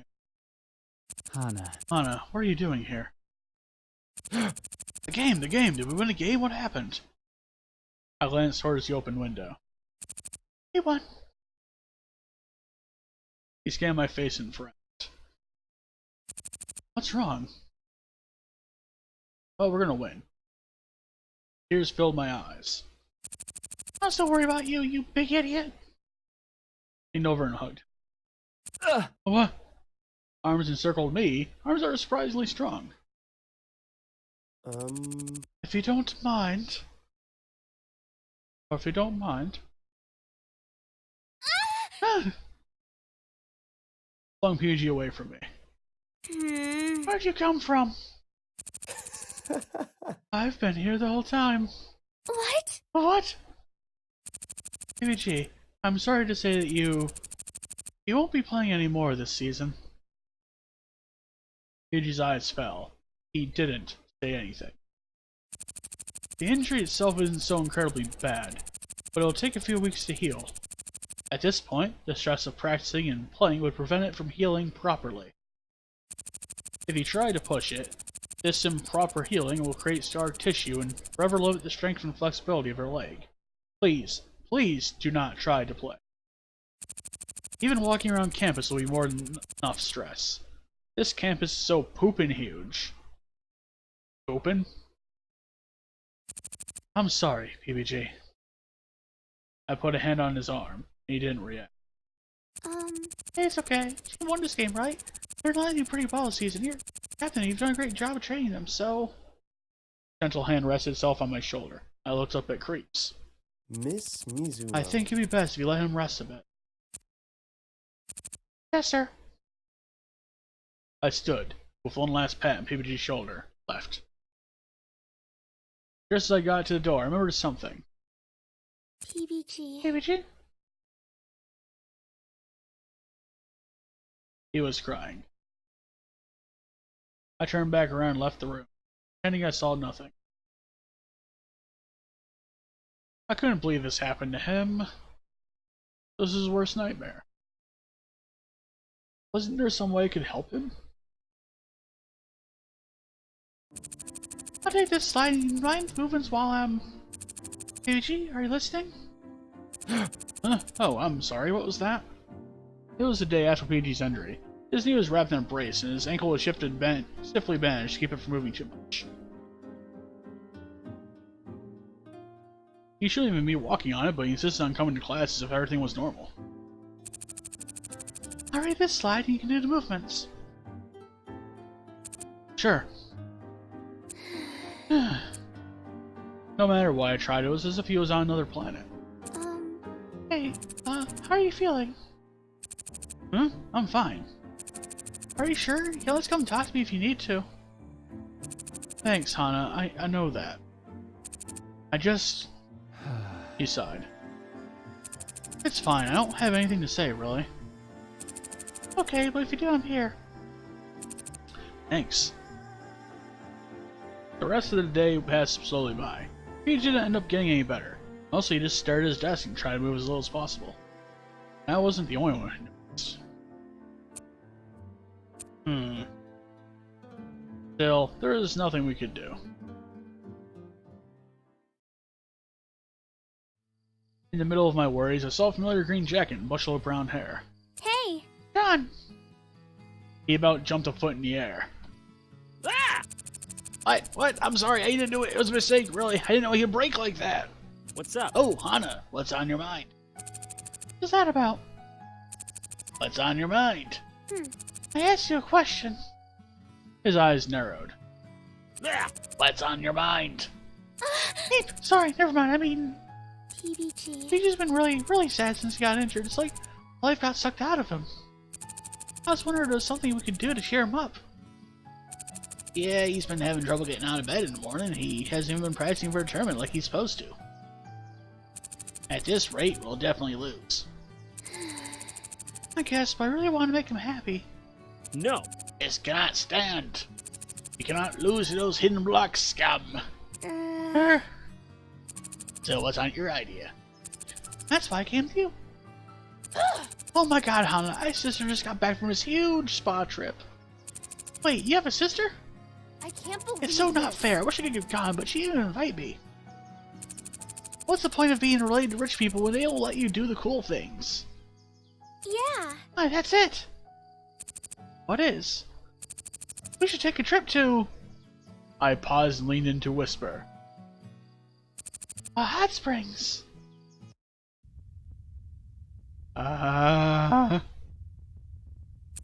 Do you hear something?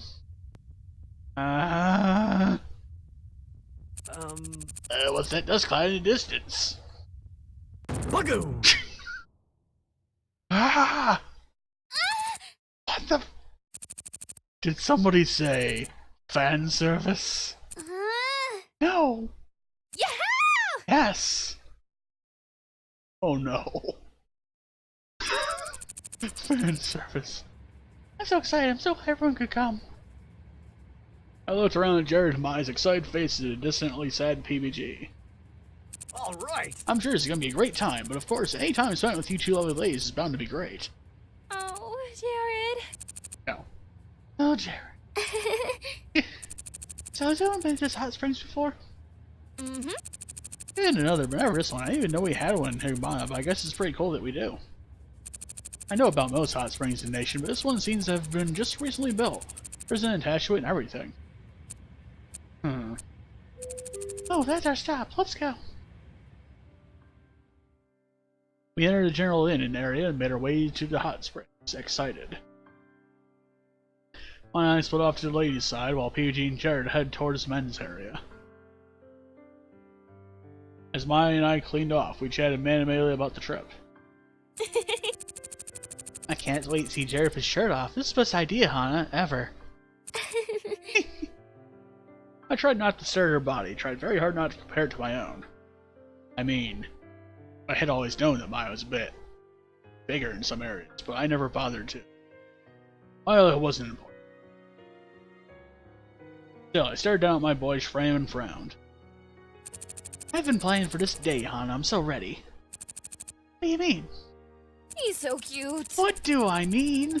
This is a golden opportunity, perfect opportunity to capture by Jared's heart. Got a whole plan out and everything. You're not going to do anything that could get you in legal trouble, right? Girl, what kind of fool you take me for? Anyways, you ready to go? Yeah. I wrapped a towel around myself and stepped out into the hot springs.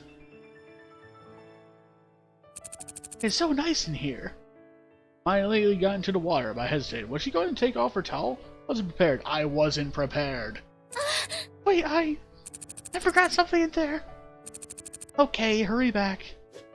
As I turned away, I noticed Maya clip her hair from her head and do a dramatic hair flip. Who was she doing that for? It was only us here. I ran back into the change room, standing against the back wall. Calm down, Hana. You've seen naked women before. This ain't no big deal. It's not like Jared and PBG are out there. They're not gonna see you, and Maya's not gonna judge you, so it doesn't matter. Doesn't matter. Doesn't matter. I took a deep breath. I can do this. I can totally do this. I stepped back out to the hot springs, smile on my face. Sorry about that, but I'm back. Hey. Oh, Hana. Oh no, everyone is here. What? What? Come in, the water's great. What are you doing in here? It's a communal hot spring for both sexes. I had no idea until you found Maya out here. I glanced at Maya, who was blinded by a bright flash. Someone who does not tan at all.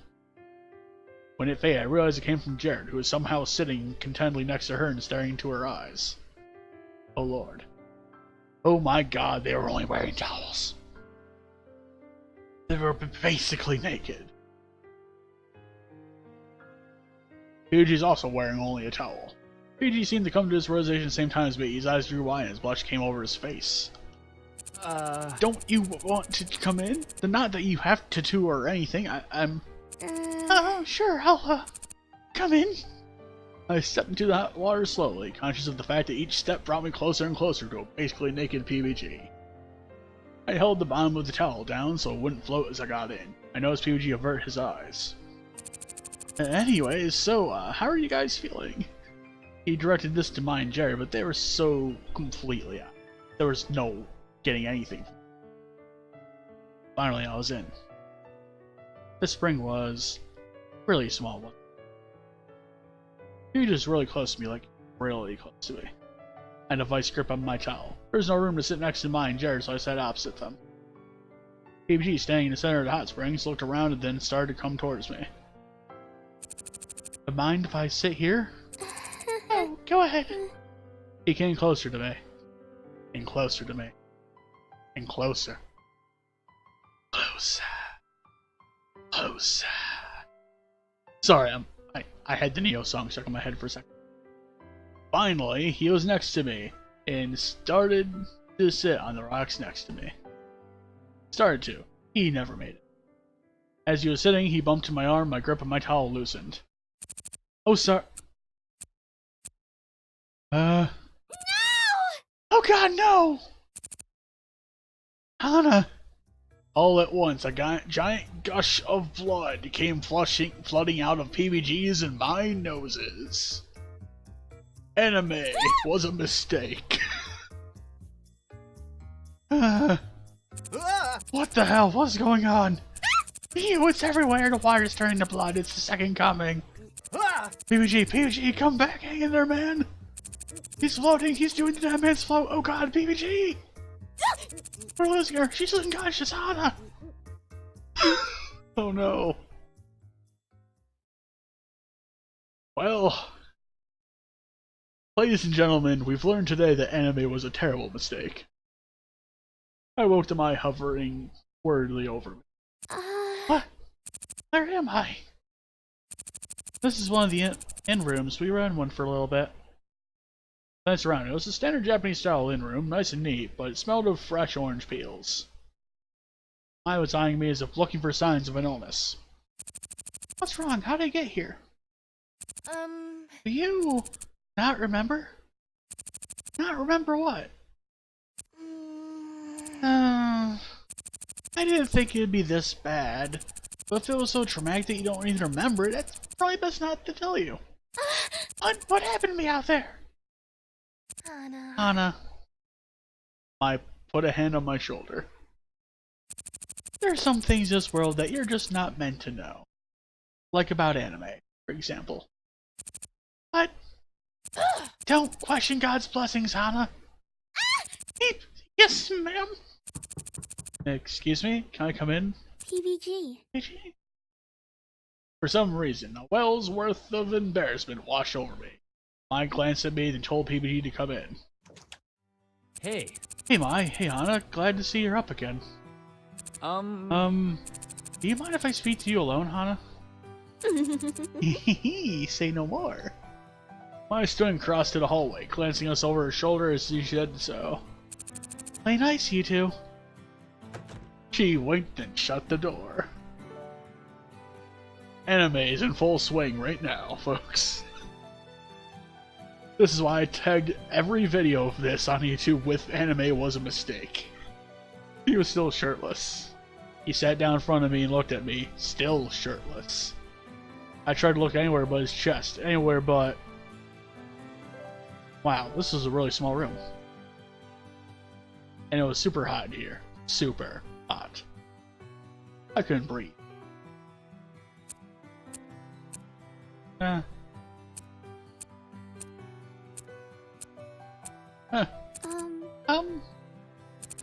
I know you've been worried about me lately. Oh. I glanced away. I'm sure you already know, but soccer is really important to me. Oh, one of the most important things. It's been driving me crazy that I haven't been able to play. I can't even intend to practice without having the entire team tell me to leave them alone. But it's been my life at Asagao. Soccer football is how I made my friends after he left, how I gained confidence in myself. Without it, I didn't know what I would do. I was going crazy and I was getting depressed. But that was no reason to ignore you and throw myself a pity party. That was stupid. I'm sorry for worrying you so much. And thank you. What for? Well, I usually feel like I'm a joke to people, but when I'm with you, I feel like I'm more than that. You understand me, make me feel like I matter, like you take me seriously. So I thank you. You're a wonderful person. Yuji threw his head back and laughed. Well, shucks. No, I'm serious. It's thanks to you I can feel at home here. You showed me what it's like to have a real, true friend, someone who generally cares about me. Thank you for making school life so wonderful. Well, you're welcome. Anytime. Do you think... I flushed. Do you think we could keep growing together for the rest of our lives? I know it's cheesy, but you're an important friend to me and I don't want to lose you again. Oh no, so forward, so anime. He leaned over and pulled me into a hug. I wrapped my arms around him, smiling contentedly. Hana. Of course we can. Yay! Hey. A few seconds went by, and then I realized something. PBG was still wrapped in just his towel, and so was I. He was shirtless. It was skin on skin, just a towel separating us. As the realization hit me, my mouth went dry. I was too embarrassed to speak or move. PBG released me and let go of him. And I'm really glad we came to that conclusion. But I think I should go now. He stood and sprinted across the room, flinging the door open. PG sprinted past Jared and Mai, who fell away from the door for crash. PG, wait! Jared chased after PG, leaving Mai and I alone. She called to meet me from across the room like some kind of demented bug. What happened? What happened? Tell me! Do you like each other? Are you dating now? Is PG your boyfriend? I could hardly hear anything. You talking so quietly. I beamed at her, trying to hold in a laugh. That's a secret. Well then.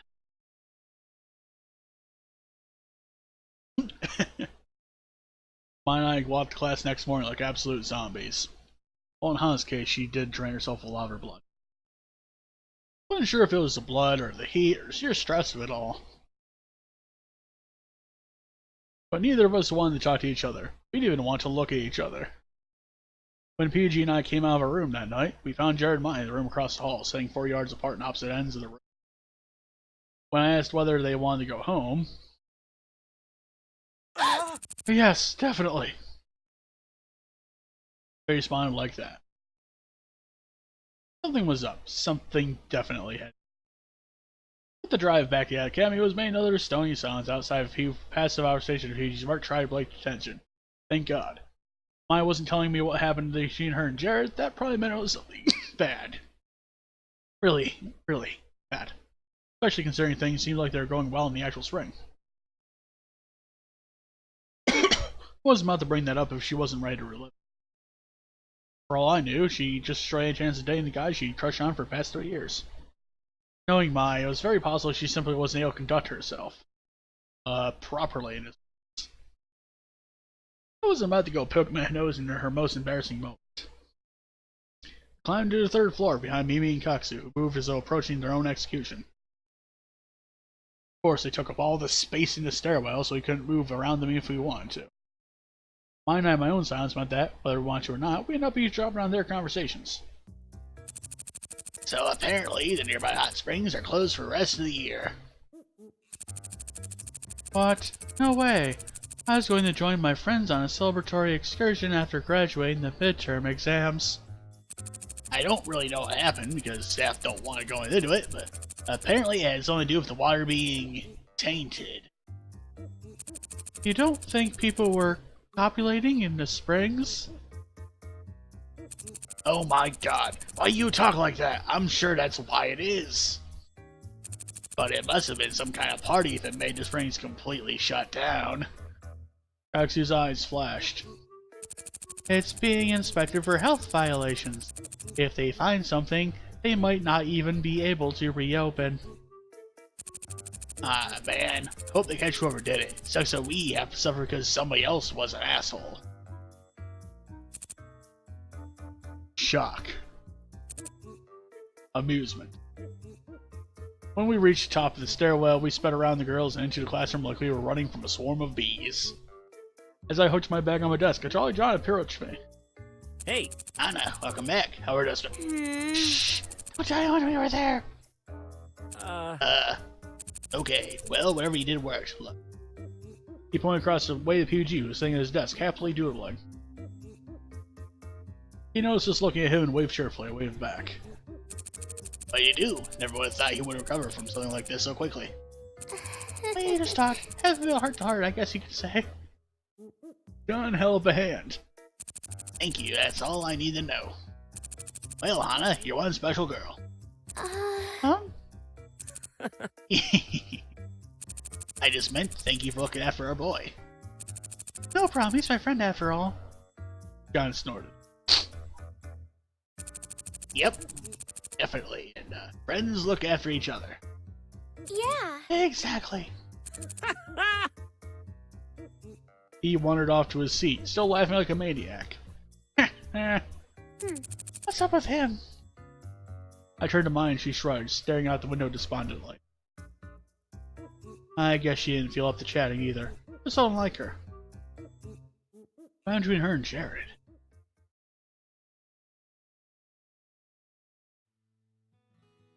Thankfully, my thought as the day wore on. By the time we got back to Primrose's house, we were deep in discussion about volleyball strategies. But as we approached our room, I groaned. Oh no! Another note was taped gleefully to the door. I ripped it off as a bear might knock down a beehive. What did the paper ever do to you? I glared at her as I opened the letter.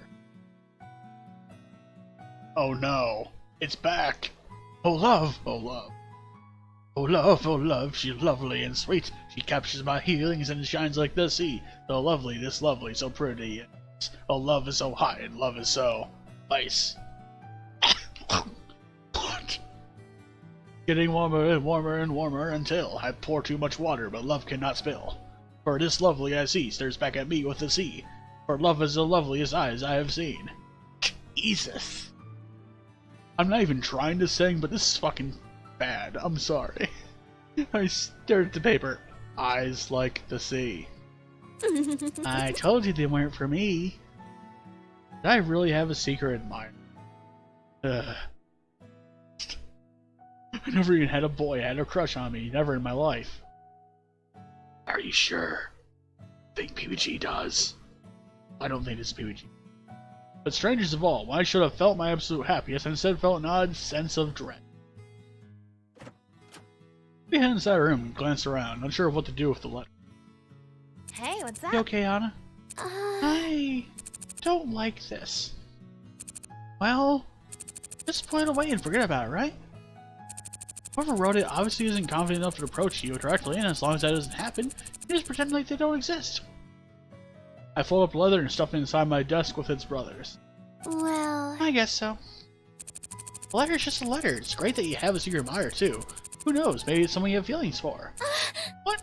There isn't a like, so there's that, it's possible. I glared at me. What? I'm serious. I know you're serious. That's exactly why I'm annoyed. She sighed and shook her head.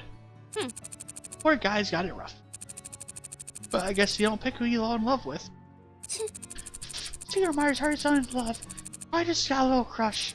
If he even is a he. I wasn't talking about... Oh, forget it. Blush rose in my cheeks, but I ignored it. Anyways, we're in the middle of discussing your tactics, right? Have you tried the Jack shot? I heard online it was pretty good. Not the Jack shot. It's been overhyped. It doesn't work as well for volleyball as you would think. The subject safely dropped, and I discussed her next game till late in the evening. Something got her more excited about volleyball than usual, and that was saying something when it came to mine. Whatever it was, she didn't tell me, I didn't ask. I wonder what it was.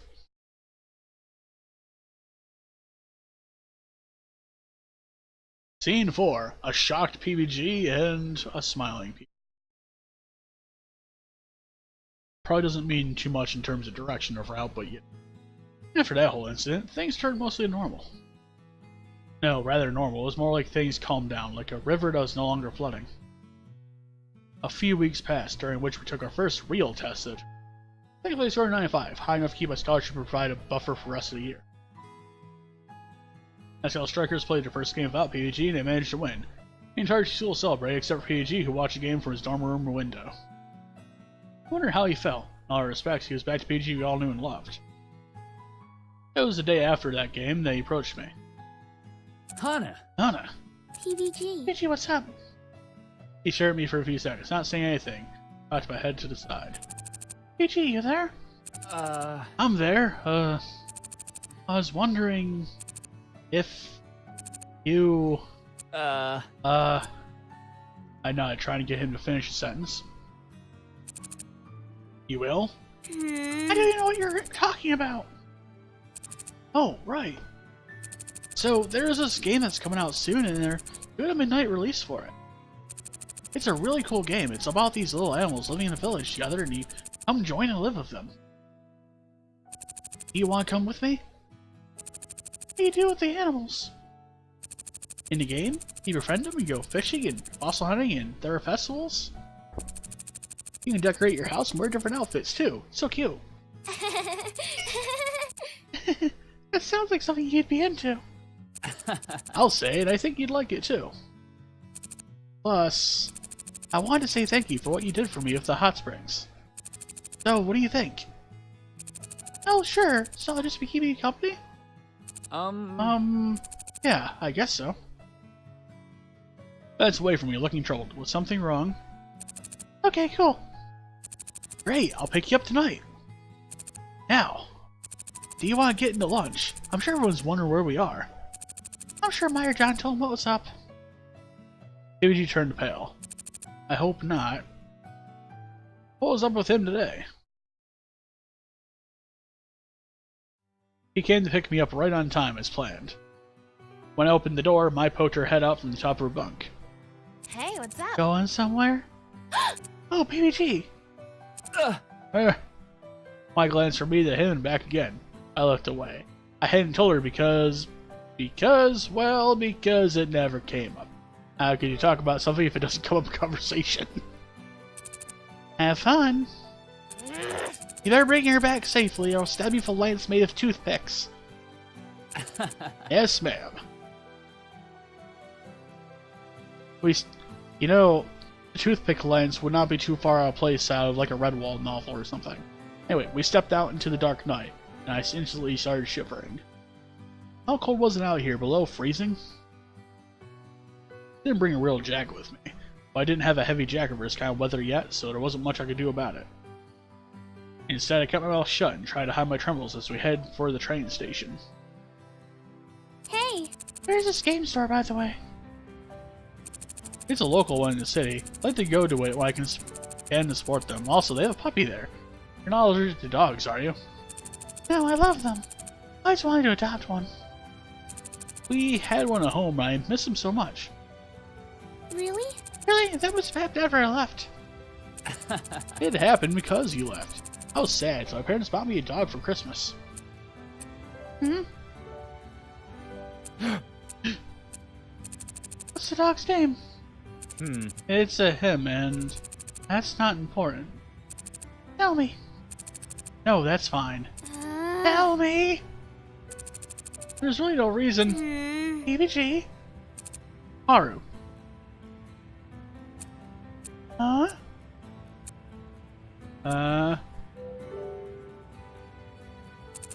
Alright, so the reference to Haru is this. There was a Kickstarter, goal, I guess. Like a stretch goal. That if it had gotten to that goal, you would have been able to choose your main character between Hana and a guy. Haru was the name for the guy, which is why that is referenced there. I get the feeling that if you were able to play as the guy here, he probably would have said Hana there instead of Haru. Anyway, whatever. Anyways, follow me. We took several twists and turns after leaving the station, PG and 10 finding a shop. This is the first time that we're in the city in any of these, right? It's a bit harder to find when everything's dark. I blew my breath in the air and watched a resulting cloud float away above me. It was cold. Here it is. He gestured to a line of people held outside of a store, all wearing thick jackets and mittens. There weren't as many people as I expected, but that made sense. Only people would like a game about living with animals enough to wait outside at midnight for it. You'd be surprised. We got in the line behind a man with a blue-dyed mohawk. It won't be long now. Hana, you okay? I looked up at him from where I was dancing on the street. Yeah, well, why? You look like you need to pee. No, Achoo! He looked at me from head to toe as if seeing me for the first time. Why are you wearing a skirt? It's cold. Yeah, well, I didn't want to go home and to change. Well, I'm a bit cold too.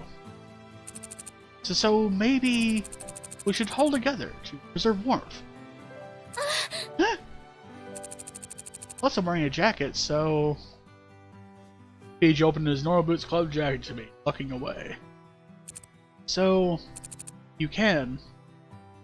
I didn't need to be told twice. I walked into the folds of his jacket and hugged him. He wrapped his arms around the ends of the jacket around us. Thankfully, I was tiny enough to fit inside it.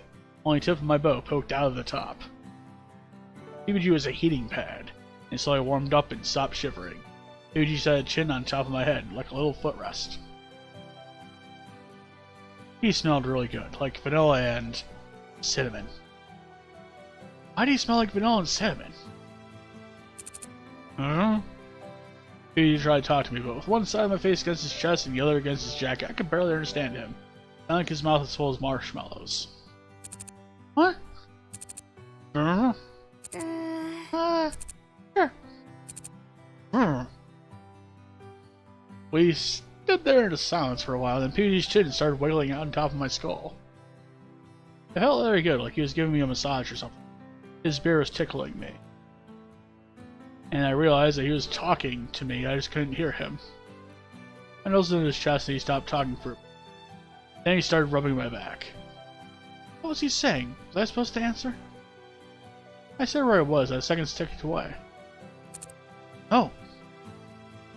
His head lifted off the top of mine and he opened his jacket and looked down at me. The line moved. Looks like we can go get our games. Go in and get our games, excuse me. yeah. Inside, yes, let's go. Wait, our games? It must have been a slip of the tongue. PG approached Register while I examined the games on the shelf just to the side of it. I had no idea what most of them were, but there were several I was interested in. One had pictures of cows on it. Another had a group of teenagers like they were lost in the city. The River City Ransom. These are all games from the handheld I had, but when I looked at the price tags, I balked. There's no way I'd get one anytime soon. Rejected. I went to stand up PUG at the register. Here's your order, Mr. Buttergamer. Oh, I pre-ordered too. You did. You did?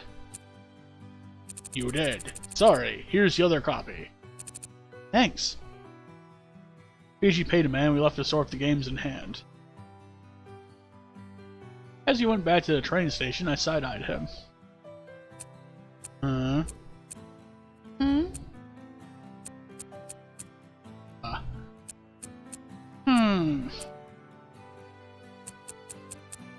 Just dots. What? Nothing.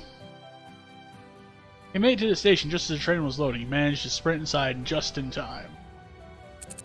That was close, but at least we're inside. And look, we got the whole carriage ourselves. Spread his arms out wide in the plastic bag he had rustled. He looked at the bag as if surprised. Oh, right. He pulled out one copy of the game and held out to me. What? This is for you. I got for you. Sorry I didn't give it to you back at the store, but I wanted to be sure we didn't miss the train. I can't take this from you, it's way too expensive. Don't worry about it. I got it for you. But He pouted.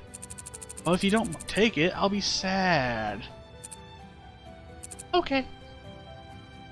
I took the game and looked at the cover. There were small animals on a round green earth with yellow letters reading Animal Intersection across the top.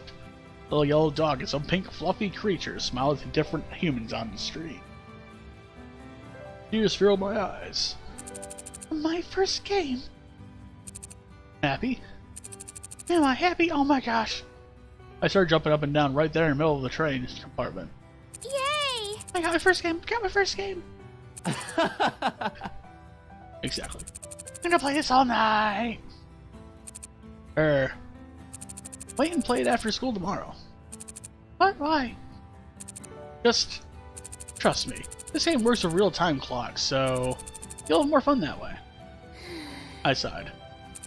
Okay. PG grinned at my dismay. Anyways, let's get you to bed. PG walked me to the front of the girls' dorm like a true gentleman. When we got to the door, he hesitated. Hey, Hey, Hana. Yes? Do you think... He trailed off, staring at me. I smiled at him. I think what? Never mind. It was nothing. Thanks for coming with me tonight. Oh, no problem. He pulled the door open and waved me inside. My lady. Why, thank you. I giggled. Seriously, thank you. This means more to me than you know. I mean, it's nothing really. See you later. Good night, PBG. Bye. Hey, Hana. When I got back to the room, I was already asleep. I changed quietly and climbed to bed, game in hand. Couldn't wait to play it tomorrow. I slipped underneath my pillow and snuggled into bed. What a wonderful night. Why'd you put your game there? And whatever. Hana. Hana, wake up. You need to look at this. I raised my head groggily from my pillow, hardly registering where I was. Maya stood over me, something like a smile on her face. What? What is it? Oh, so you're going to be late, but look at this. She handed me a piece of paper, written in a familiar scrawl. Another note? Seems like it. Read it. Oh no. Part of my world. Imagine a ball and even so swell. I can be Prince Eric, you can be Ariel. We'll dance on the shore where we both fell in love and saw the moon dancing so far up above. Ugh. We'll just sleep like that pair, I promise it, dear. Your hair glistens, glowing right off of this pier. Just a beautiful sight from this glistening beach. Do you have the Littlest Mermaid on Disney DVD? What? No. Why?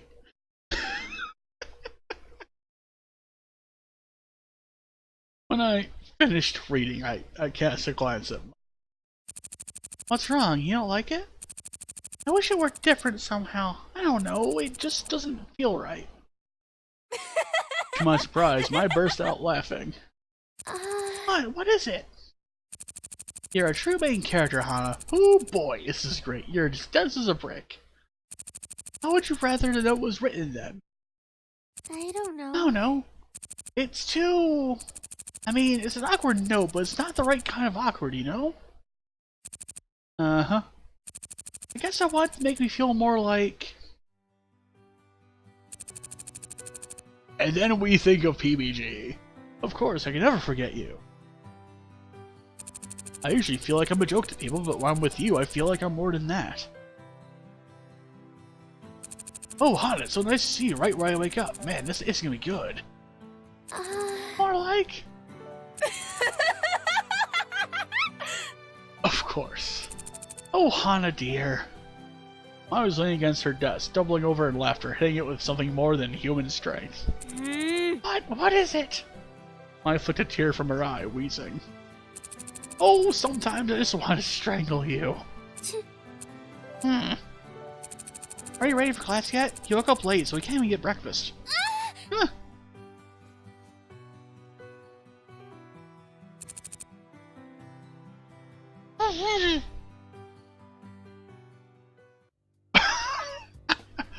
Fucking love a slice of bread in her mouth. That's great. I was unpacking my backpack before class that morning when, to my astonishment, Ian approached me and began a conversation. Hana. Anna, my good friend, how are you? I squinted at him. Fine. How are you? Oh, I'm doing well. In fact, my tournament training has been going better this year than ever before. I just landed in the top 20 highest scores for Japan, and number 20, but still. And, how are you doing with your training? Yeah. Fine. I smiled brightly at him, one hand on my treasured phone. Damn, foiled again. I cocked my head to the side, unsure what exactly he was talking about. You mark my words, Hana Mizuno. I will win this tournament. And when I do, you can bet I will idly mock you the next time I see you in the cafeteria. He went back to his seat and slumped down with a huff.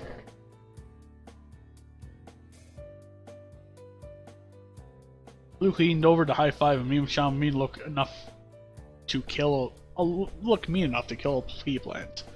I smiled, a small feeling of pride blooming in my chest. Still, there were only 2 weeks left until the tournament. I had to keep up my practice or even make good on that threat. My hand hovered over the paper, pen in hand. How was I supposed to go about this?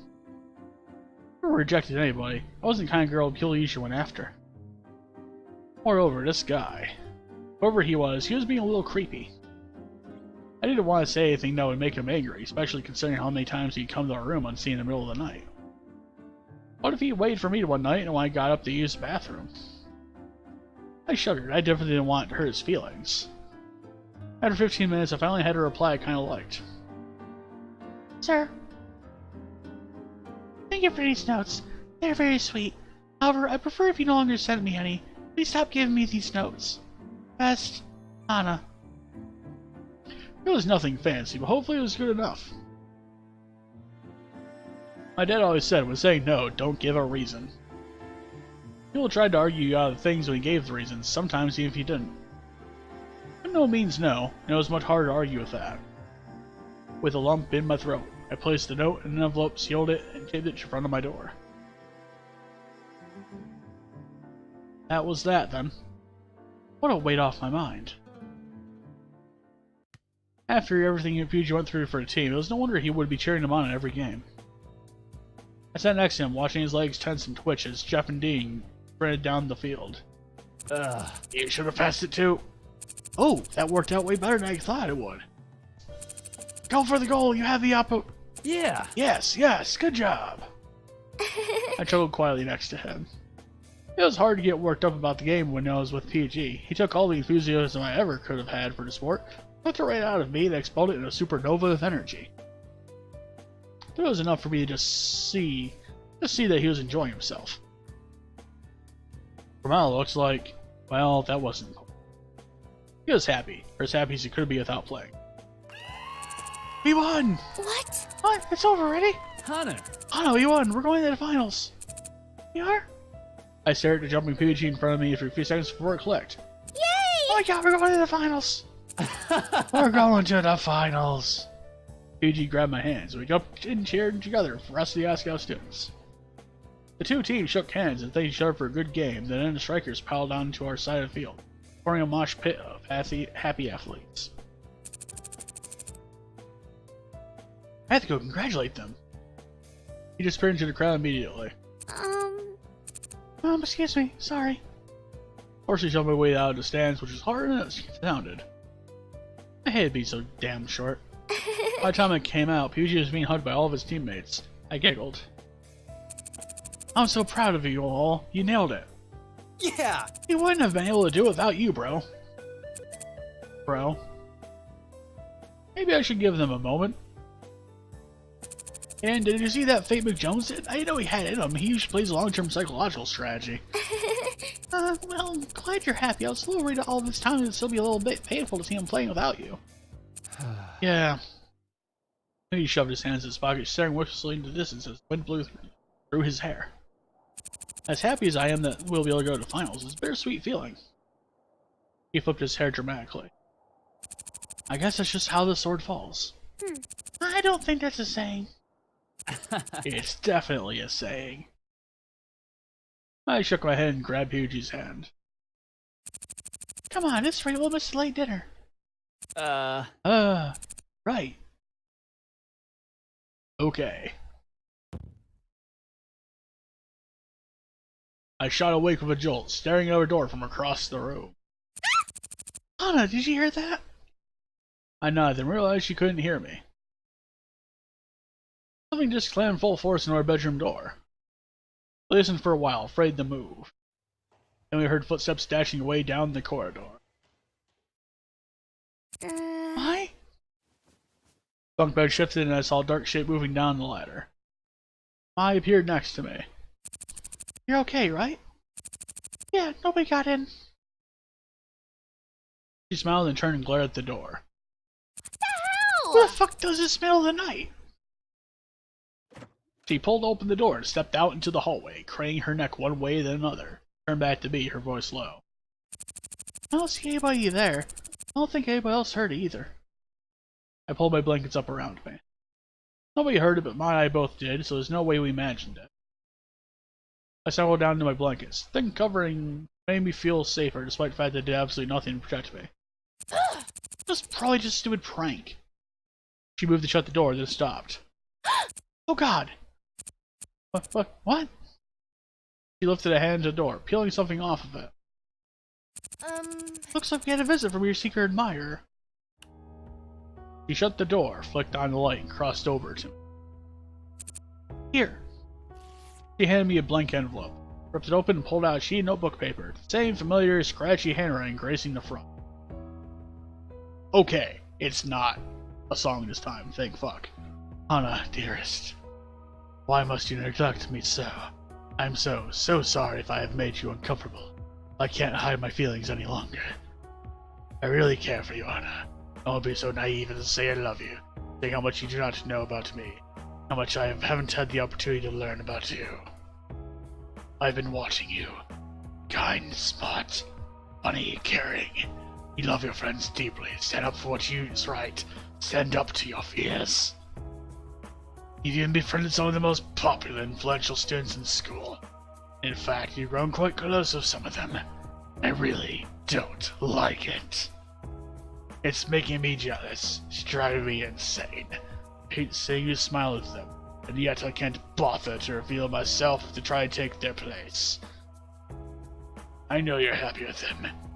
You've hardly noticed I exist, so I know I can't compare. And yet, it's all I can think about. I ask you, please won't you spend a little less time with them? Please, Hana. Never cared so much for any one person. Bullshit. For my sake. Love, or admire. My? I handed the note in sad silence as she read it.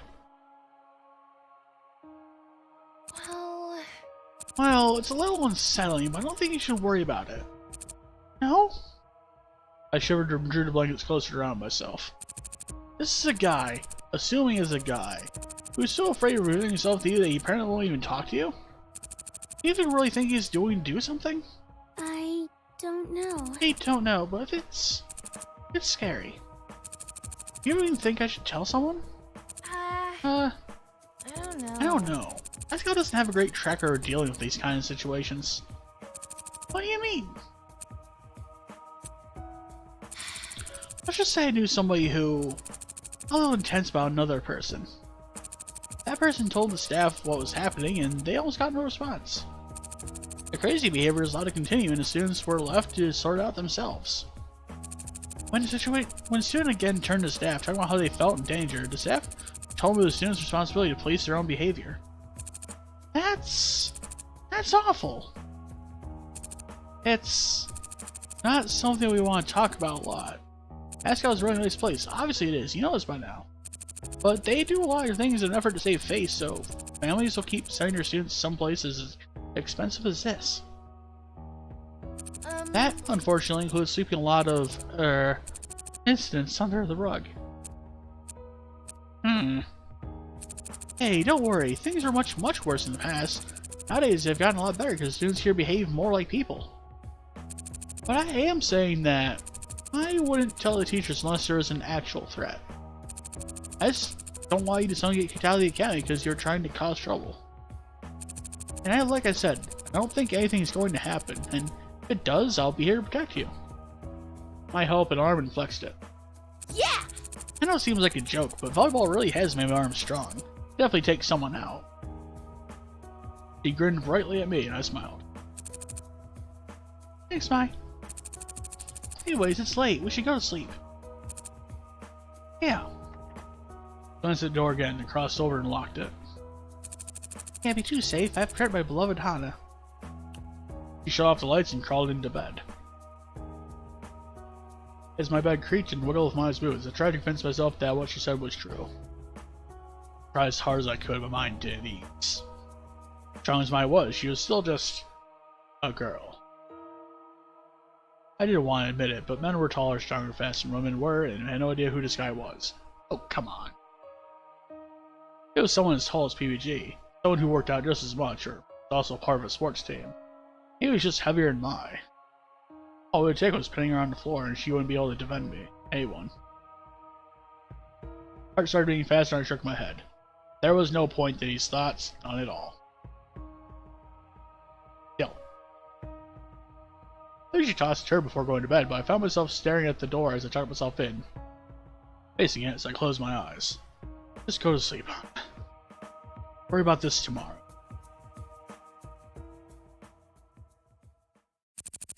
I'm scared. barely slept that night.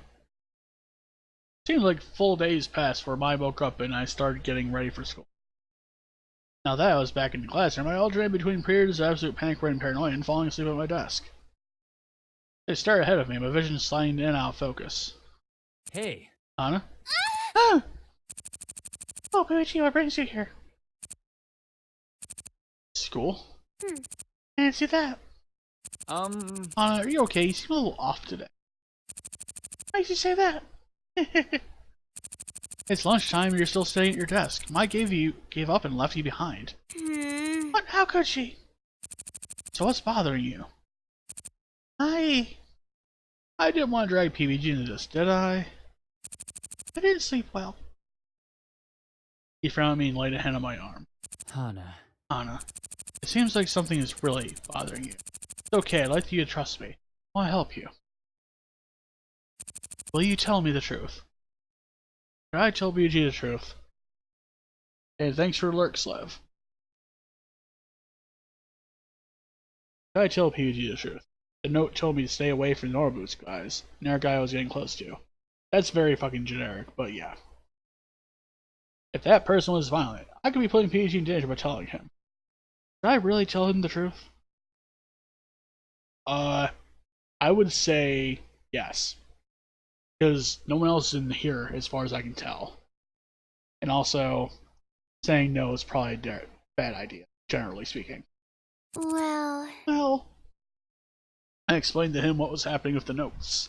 How they started, stopped, now how they were getting creepily insistent. PG's face grew darker as I went on. Finally, I finished with last night's incident and how I was too scared to sleep. Hana. Anna, you should report this. no. No, that's okay. Mai already told me that reporting it wouldn't work. Even if she didn't tell me, I had plenty of prior experience at my old school to show that reporting things generally only made things worse. I can handle this on my own, so you don't need to worry. I smiled brightly at him, but his expression didn't change. I don't want to be a burden on you. If you worry, I'll feel bad, so don't worry, okay? Anna. I'm telling you not to worry. Fine, I'll listen to you. But if I do, will you do me a favor too? Maybe? You want to go to the movies tonight? I was gonna ask anyways, but this seems like a good way to get your mind off things. Yeah. Oh, sure. Great, I'll pick you up later tonight then. Hey, yo. Anna, you're alive. I entered the room, balancing a tray on either hand. PG got up and grabbed one from me. Thanks. I brought your food to you since you apparently weren't on this planet, but... He glanced at me and PG and smirked. I bet you're feeling better now. What? What? I don't know what you're talking about. If you want food, you better get a move on. They almost ran out of pizza and they've ordered out this time. What? No! PG spread from the room. I laughed. You really are feeling better now. Yeah, I guess I am. So we were going to the movies. He didn't give you time. What did you see? Well, I guess whatever we're seeing is bad. Oh god, no! PG and I bought tickets to see the hot new romantic comedy of the year, Trouble in Paradise. We settled into the seats, giant, ridiculously overpriced barrel of popcorn in hand. At first, the movie was going well. There was clumsy female lead, stubborn alpha male lead. But then the movie took a turn for the creepy. By the time PG was howling and a female lead lost 2 limbs, I was apparent we'd fallen for false advertising. This was a horror movie, not a rom-com, and considering someone was stalking the female lead, it was hitting a little too close to home. Grabbed PUG's hand and patted it, hoping to calm him down. Are you okay?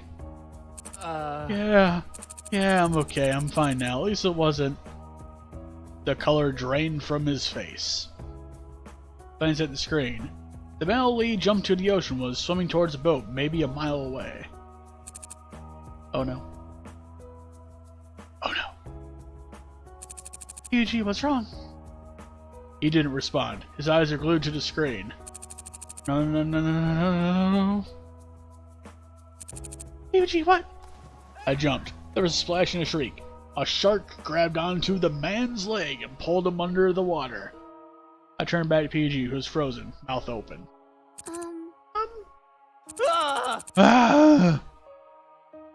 He flung himself out of his chair, tears streaming down his face, and sprinted up the aisle and out the theater. There was a small smattering of applause. People were evidently glad he left. I bowed my head in apology as I fled the theater, avoiding the angry looks of the art patrons.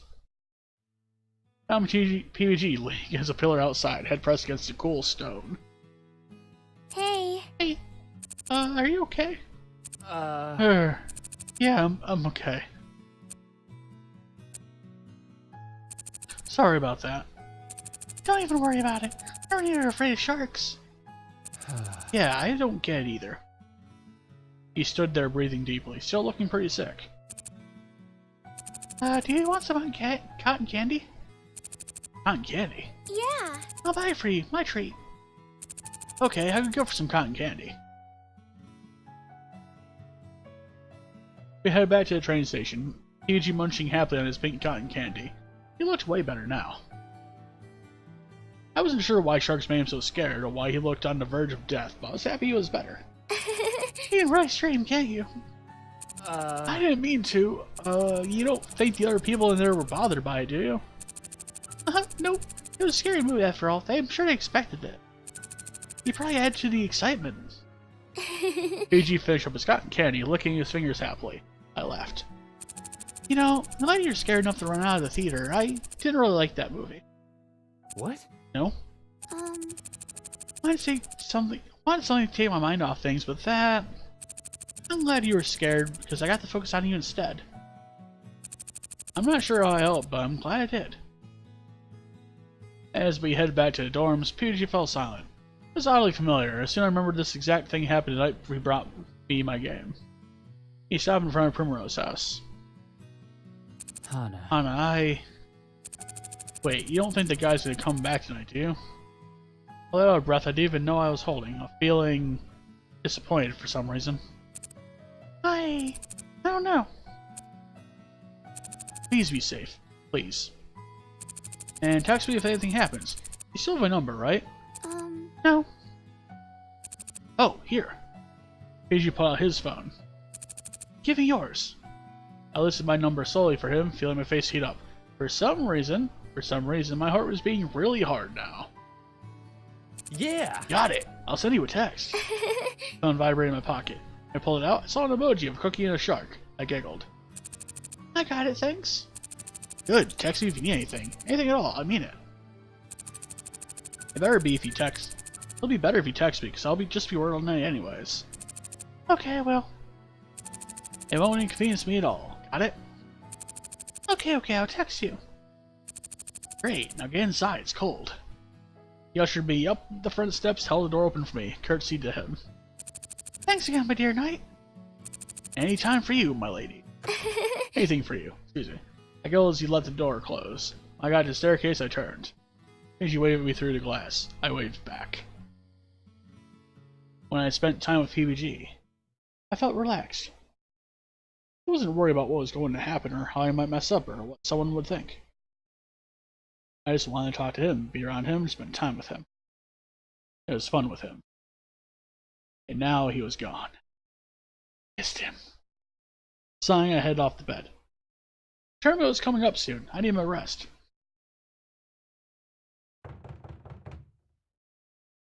The knocks. I shot awake with a jolt. Wait. Hadn't this happened before? Hi!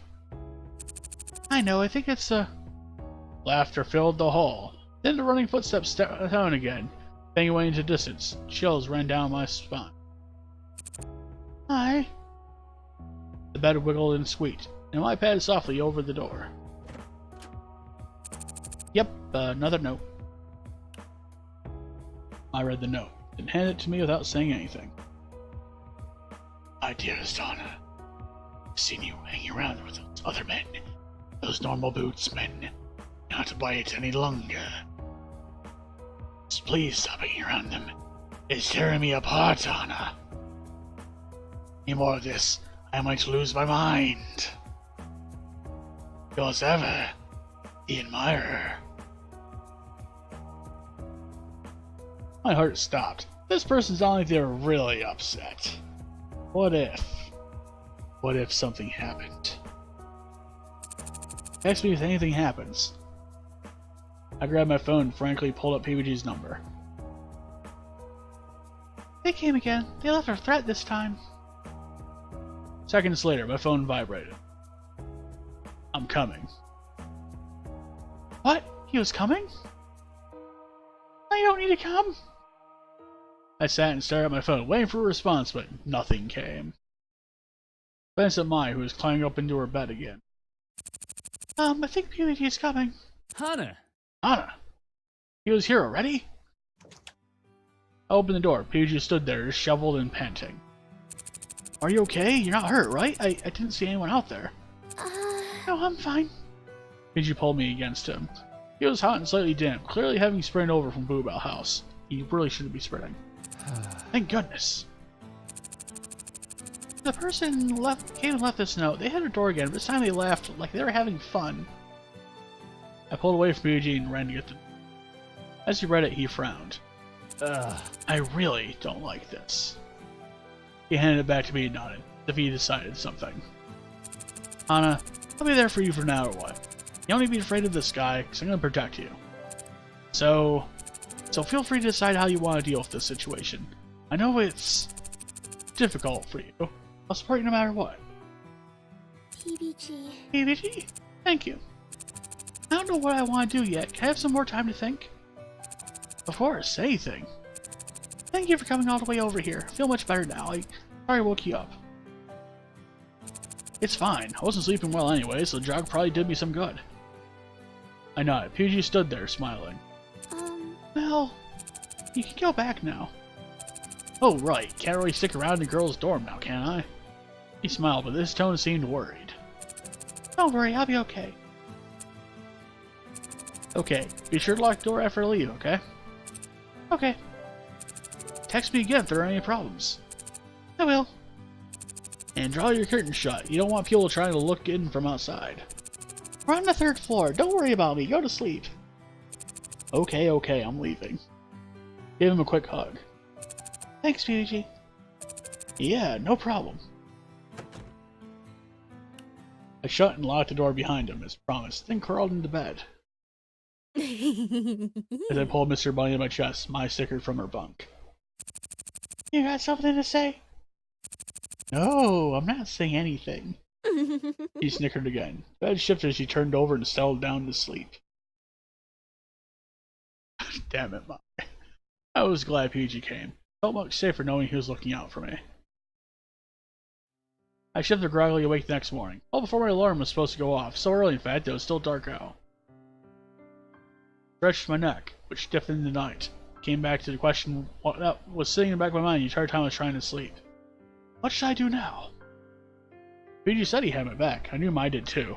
Those two supporting me, I finally felt like I could handle things. But should I tell a teacher? Handle it myself? I didn't even know who was doing this. Something wasn't adding up. My thoughts ran back to last night, PG pulling me against him. Thank goodness. Hmm? Why was I thinking about that now? I have better things to do. You're a true main character, Hana. Oh boy, this is great. You're dense as a brick. Oh, sometimes I just want to strangle you. And why? Wait. I flicked on the light and quietly pulled over into my drawer, digging through until I found all the secret admired notes I had. I laid them out on the floor in front of me, glancing from one to the next. That's it. That's what was wrong with them the whole time. That's what was making them awkward. That's why I didn't like them. They weren't written like the person loved me at all. Not even the crazy, obsessive watch you while you sleep because I'm a vampire kind of love. They were written like someone was trying to replicate what love looked like. Not to mention they were hinting at staying away from Normal Boots Club. Maybe I wasn't so afraid of this secret admirer after all. A loud thud slammed to the door and I was on my feet in a flash. I pulled it open, hoping to catch a glimpse of the secret admirer in the act, but as I stepped into the hallway, my foot landed on something soft. Something soft, squishy, and warm. I looked down. I slammed a hand against my own mouth and lifted my foot back into the air. What? PBG? He was snoring quietly on the floor, spread out against the entrance to my room. I knelt down beside him, prodding him frantically. PBG, get up, you have to get up before someone sees you. They've been here all night, standing watch at my door. You need to go. You'll get caught. He didn't say anything. He barely seemed to even register I was there. I waved a hand in front of his face, and his eyes didn't track it. Fake eyes again? Still sleeping? He grabbed my wrist and pulled me to the ground next to it, snuggling up to me like I was a body pillow. PBG? He sighed in response and threw one of his long legs over my lower body. I was pinned up against him, centimeters away from his face. His sleeping face. What a cute face. I smiled. In sleep he looked so tender, so open. I didn't want to kiss him. Wait. It made me want to what? PBG, wake up! With that cry, I threw my arm back and punched him hard in the stomach. Ugh! He clutched his stomach and rolled off of me. I still adjusted my PJs as if nothing happened. Hana. Hana? What was that for? I'm sorry, but you need to go. What? Why? Because you just do, that's why. I stood there with my arms crossed, face aflame. After looking at me for a bit, PG seemed to realize where he was. Oh, oops. Sorry, Hana, you weren't supposed to know I was here. We're here all night? Well, it wasn't all night. I sighed. You need to do that, you know. I wouldn't have been able to sleep if I didn't know whether you were safe. You didn't sleep anyways. Exactly. I smacked my face. Just go. Okay, okay. He stared off down the hallway, but halfway down he paused and turned. Hana? This might sound weird, but I had a dream that we were cuddling on the floor here. That was just a dream, right? Oh god, no. And, I'm sorry, I just forgot that happened. He turned and sprinted off down the hallway. I stepped back into my room. It was finally light out, but I was already tired enough to go back to sleep. No, I can't. I started to face my own hands, wake myself up. I have an admirer to catch. There was a rustle from Maya's bunk, followed by a thick yawn. You go, girl. She raised a fist feebly into the air, then let it drop and turned over again. In a second, she was back asleep.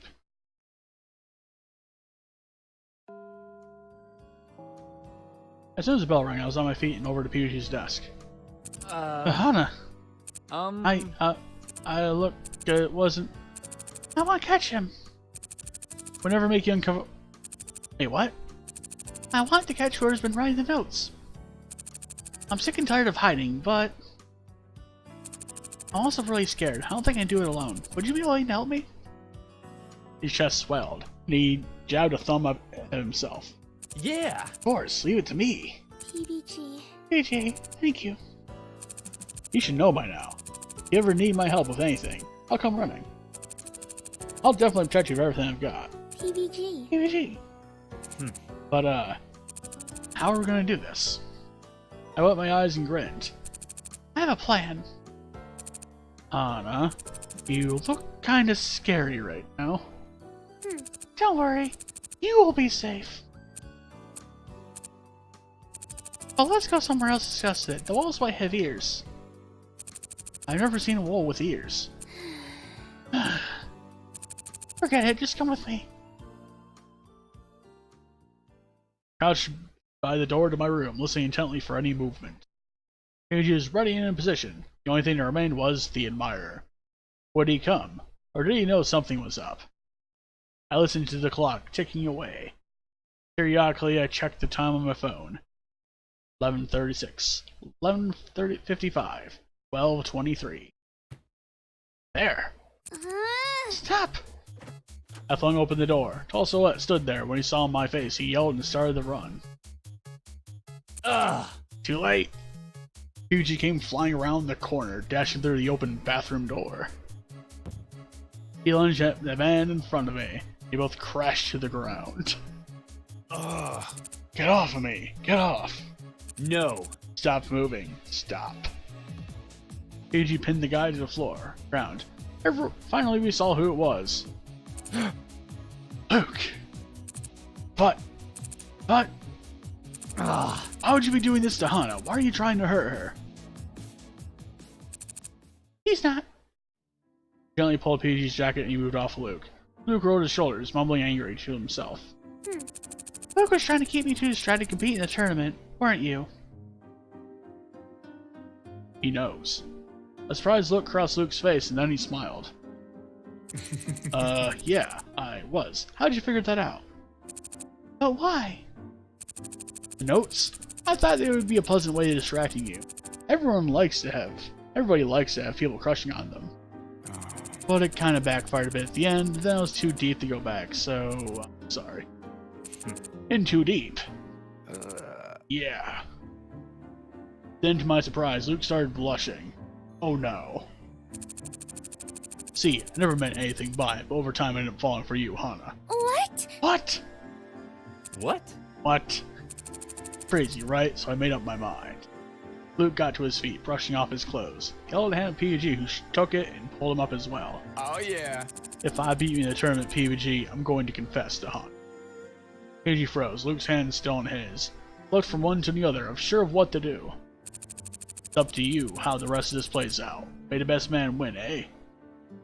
Luke winked and let go of PG's hand. Stayed there, hovering in the air like PG was frozen in ice. I better get a good night's sleep if I want to win. No way I can lose now. Catch you later. See you tomorrow. Fucking Luke. No. PBG, are you okay? Yeah, I'm fine. I didn't see that coming at all. Me neither. My horror blush spread across my cheeks. Do you like him? What? Like him, I barely know him. I said this, but PG looked unconvinced. I pressed my cheeks, trying to remove flush from my face, but to no avail. Well, I'm not gonna lose to him, got it? Yeah, I got it. So even if you wanted him to win, he's not gonna win. Not gonna. Right, yeah. I'm going to win. Me. PG punched the air. Yeah. Yeah. I joined him. Together we stood there, fists in the air, staring at the ceiling.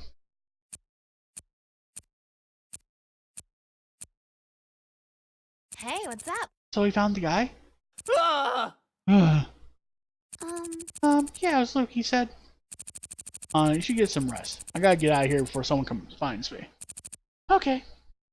I didn't want him to leave. Felt like there was a misunderstanding, like he'd gotten the wrong idea. I desperately wanted to clarify it, but why? It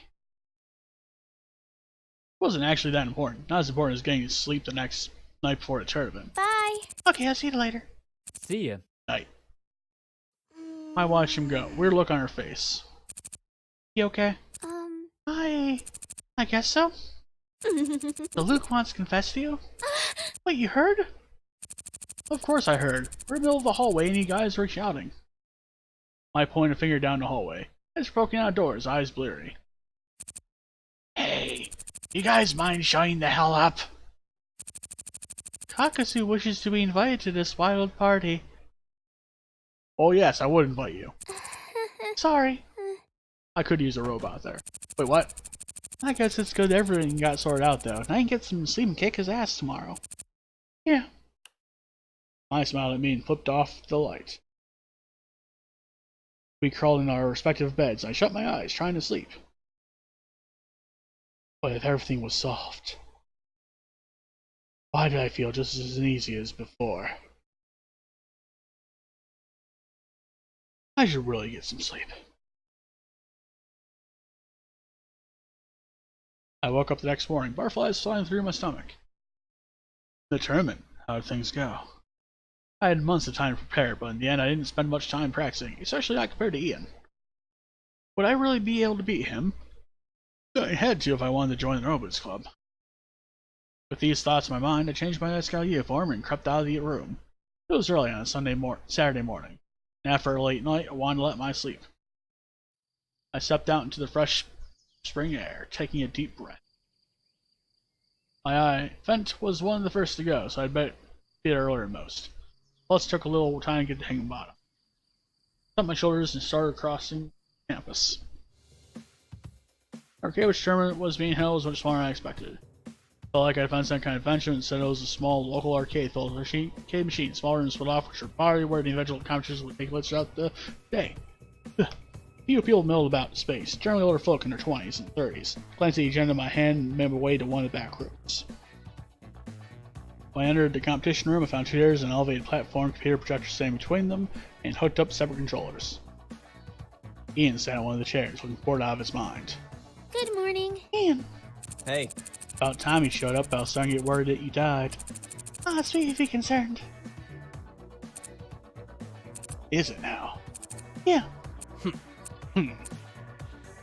I got into the chair next to him. Man came over to me and checked my name for club affiliation, said members of Moraboots Club, all sorts of pride, making me sit up as I said it. There were chairs lined up for people to watch us compete. To my surprise, the entire room soon filled up. I searched the crowd to find the Moraboots Club. There they were. Everyone but PBG. Where was he? As I started whirling to the crowd, blurry movement caught my eye. Luke was sitting in a chair on the edge with the rest of the Hidden Block Club, waving frantically at me. When he saw me looking, he gave me a big thumbs up. Ian rolled his eyes. Really? Would it kill you to root for your own teammate? I giggled. Finally, the lights around us dimmed and the projector started up, showing the main menu of Dumbledore's Revenge on screen. It was time to start. As the MC began his introduction and explained the rules of the game, he turned to me, smirk on his face. Sure you're ready for this? Yeah. You bet I am. Ready to go. Man turned to us, Ian and I nodded. Done. 3, 2, 1. Start. The game began. I immediately clicked to fill my screen with 2 more lines, blocks, getting a freaking way ahead. Scanned the locks to find the pink hearts, eliminating one by one, making combos where I could. I still wasn't advanced enough to plan tons of combos ahead of time, but I could make it much more likely for combos to pattern through probability. Pink trouble gone, green leaves are next. Someone do is flipped to the top of the screen. It must be comboing, which meant I had a few seconds before those blocks would fall. I set up a combo on top of the screen and started eliminating the orange blocks below it. Then it happened. A 6 combo jumped out at me from the screen. My eyes crossed as I stared at it in shock. I just had to move the top block over one space. Then, as quickly as I saw it, it vanished. The blocks looked normal again. You're dead. This time an angry face. As Ian's blocks fell upon my humble kingdom, I slipped the combo into place. 2, 3, 4 combo, 5 combo, 6 combo, 7 combo, 8 combo. Ian's tech converted into blocks and hovered above mine. Set up several more combos, waited for him to fall. 10 combo, legendary. Dumbledore started farting out rainbows, curled over Ian's zone, and then blocks. So many blocks. They ended up coming in a chunk, he would crunch a downpour, all over the inside, slamming from left to right, and back again. Ian blinked, his hands and eyes moving frankly over the screen. I wasn't sure he even had seen it like this before. I sure fucking had. I continued to combo while this was happening, but at this point there was no need. Ian's screen filled up. He kept trying to make combos till the very end, but game over. That was it. I won. I stared, dumbfounded, at the screen in front of me. Ian's mouth hung open. The room was silent. Then, Whoa! yeah, Hana. Aw, yeah. I knew you could do it. I glanced up to see the room applauding. All of it, even him Block Club. The announcer was gaping at the screen. I've never seen a score that high. Certain I was right as a tomato, I started to climb off the platform. Not so fast. Ian stepped in front of me, grim as always. Braced myself for his infamous sarcasm. But to my surprise, he laughed. Hana. That was a hell of a game, Hana. That's exactly what I wanted from you. He held a hand in the air. I looked at it in confusion. Don't leave me hanging. Oh. I high-fived him and he clasped my hand in his. Thanks, Hana. That was fun. Then he disappeared into the pressing crowd. I wheeled my way through all of the people, eager to find PBG. Looked for his head above the rest of the crowd, but I couldn't see him anywhere. Hana! Hana, there you are. Luke grabbed my shoulder and turned me around to face him. I jumped about a foot back, arms held up offensively. What are you doing, weirdo? Have you seen PBG? Our match is an hour and he still hasn't shown up. What? What? Glanced at my phone, dread sinking into my stomach. No way. He couldn't still be asleep because of last night, could he? Thanks, Luke. I got it covered. I dashed away from the arcade and raced across campus. No matter what, PBG had to win his round. Thankfully, John left his door unlocked. Probably assumed PBG would be leaving soon after him. I burst through the door and found PBG right where I expected him. PBG, wake up! I ran to the side of his bed and grabbed him, shaking him frantically. Huh? What? What is it? Hmm. You wait 8 your advance in 45 minutes, get up! What? What? Wait, Hana got from the tournament area to here in 15 minutes. Damn, she's fast. You can't lose to Luke, you hear me? You can't! Oh no! PBG sprang out of his bed, already fully dressed. My jaw dropped. I was prepared in case this happened. Come on, let's go. He grabbed my hand and pulled me from the room. Together we ran across campus. His legs are almost twice the size of mine, so I could barely keep up. He was practically dragging me there. Did I already miss your event? Yeah, you did. I'm sorry, how'd you do? Yeah. I won. Somehow managed to win. What? Really? Huh, that's amazing. I know, I'm really proud of myself. You should be. We flew across the campus, out through the streets, and into this mall. Actually, I was thinking. I really like playing games, like a lot, a whole lot. I didn't even have any plans for future passions, really. But I think I want to work with games. I think that's what I want to do. PG stopped. Both panned. Me doubled over. I looked up and realized we were at the arcade. Hana! Oh, that's great. I smiled at him. It's thanks to you, isn't it? No, it's thanks to you. Whatever you say. PG smiled at me. For a brief second, I felt like I was floating on air. I was so happy. He looked at me with steel in his eyes. Hana, I'm not going to lose. What? What? He clenched his fist. No matter what, I'm not going to lose to Luke. Not in this match, and not in anything else. Do you hear me? Yes, I hear you. There are things at stake that are important to me, so no matter what, I'm going to give it my all. Best. Will you be there? Yeah. Of course. I will. That's all I need. Come on, you need to get signed up. KG filled out his registration at the front desk and we sprinted to the pinball area. We found Luke already playing the machine. One nearby told us he was on his last leg. Ugh. No. Unfreaking believable. The ball fell out of his grasp and Luke groaned. The score flashed across the screen. 1,375,200. Got to beat that? Isn't that a lot for pinball? It'll be tough, but I think I can do it. KG approached the machine, stretching out his neck like a professional athlete. The machine had an alien theme to it, and it was pretty cool. Tiny little gray creatures stood in groups on its base, with the UFO the ball could enter, the NASA spaceship, several other space-themed features. KG pulled back on the crank and started up the game. I didn't have any sense how pinball worked as a game. I guess it had something to do with reflexes and angles, something that a person with a knack for math would find fascinating, combined with a good deal of luck. That being said, PBG was good. Real good.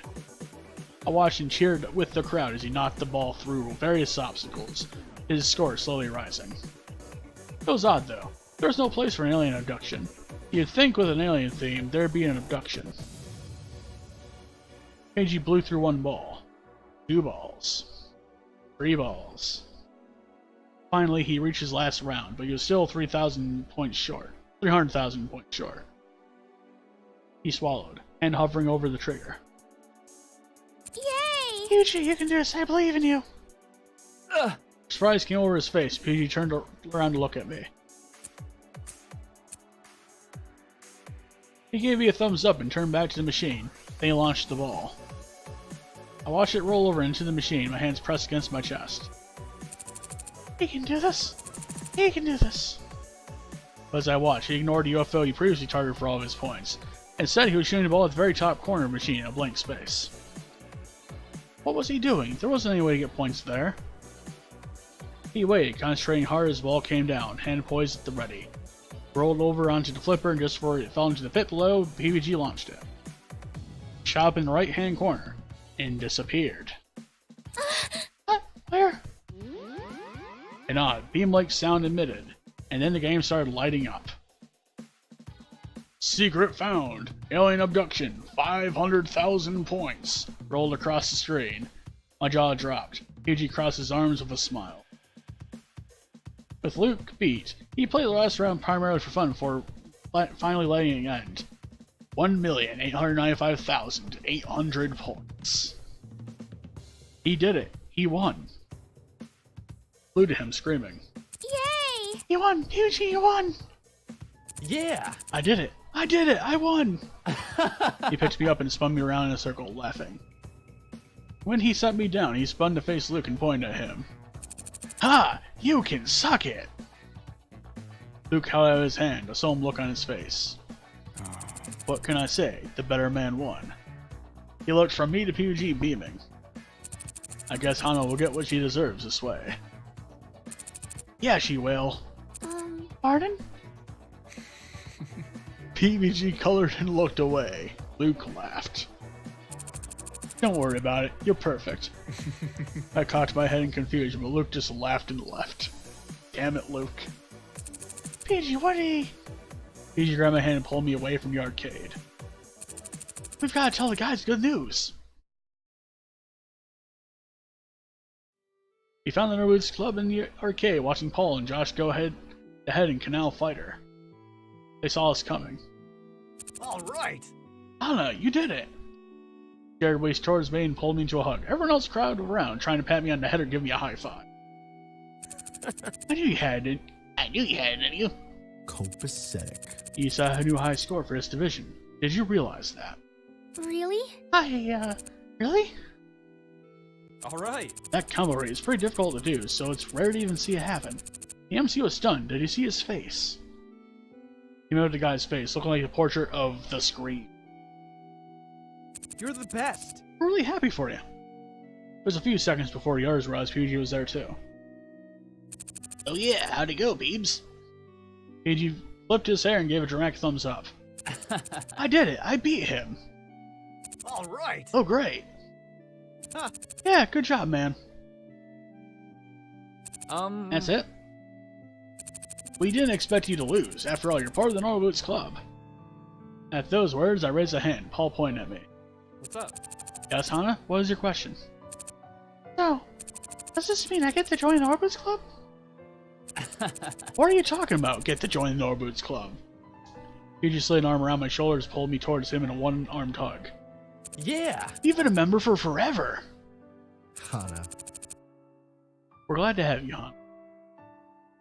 Glanced at all the members' smiling faces. Except for Shane. He was standing quietly to one side. When I made eye contact with him, he sighed. Well, And he's smiling. Guess it won't be too bad having you around. Yay! Yes, thank you! The tournament continued as the rest of us hung around the main arcade area, playing games and cheering each other on. Members killed off one at a time for an event. Satch, then John, then Shane. The last people to leave are continuing their three-man tag team. Watch them go, hearts in our throats. Finally, they came back and it was time to announce who had won the tournament. The Hidden Block Club and Norwoods Club stood around the MC, who tallied the scores in front of us. Finally, he cleared his throat. The winner of the 2015 South-Southwest tournament is... the Normal Boots Club. Yay! Yes! We did it! We descended onto the stage in a swarm of happiness. Poor MC didn't know what hit him. He was surrounded by a group of cheering, mosh-pitting teenagers. He held up the trophy with one hand, PG grabbed it, and the MC crawled out from underneath us. We would like to thank all of our friends, family, and fans for their support. We literally could not have done this without you. And we have an announcement to make. We've got a new member, introducing Hana Mizuno. The crowd clapped politely as I walked to the front of the stage, bowing compulsively. Hello. I'm Hana Mizuno. I'm glad to be here. As they cheered, I felt something heavy and soft fall over my shoulders. I grabbed it, then gasped. Yuji stood over me, beaming. Welcome to the Norboots Club, Hana. My very own Norboots jacket. Thank you. Thank you all. Yuji and I stepped into a small recess by ourselves. I could finally breathe. The two clubs are now celebrating together, as if there was never a division between them. To be honest, I felt like there hardly was hardly one. There hardly was one. Excuse me. The tournament was more for show than anything. It was a whirlwind of stress, and now that it was over, I was exhausted. I was prepared to look at this tournament like a distant memory. Happy, beautiful memory. I have to say, that was unexpectedly fun. Did you think it wouldn't be? It's not that. I was so nervous, I thought there was no way I could make it through without throwing up. Well, you did. And you did us proud. I blushed. I think it's about time we get out of here, though. I don't like the look on that guy's face. He gestured to one of the people who staffed the tournament, who was waiting with a broom and a trash bag, looking ready to slaughter us one by one. Oh, okay, right, I'll just... Hey. Hana, I was looking for you. I should have known I'd find you with this guy. Luke patted PBG on the shoulder, who frowned at him. What's up, man? We were just about to head out. That's perfect timing. Then, I need to give you something. Luke dug around in his pocket and pulled out a small book, which he opened to reveal a crisp and clean envelope. Another letter? If you don't mind, I think this will be the last.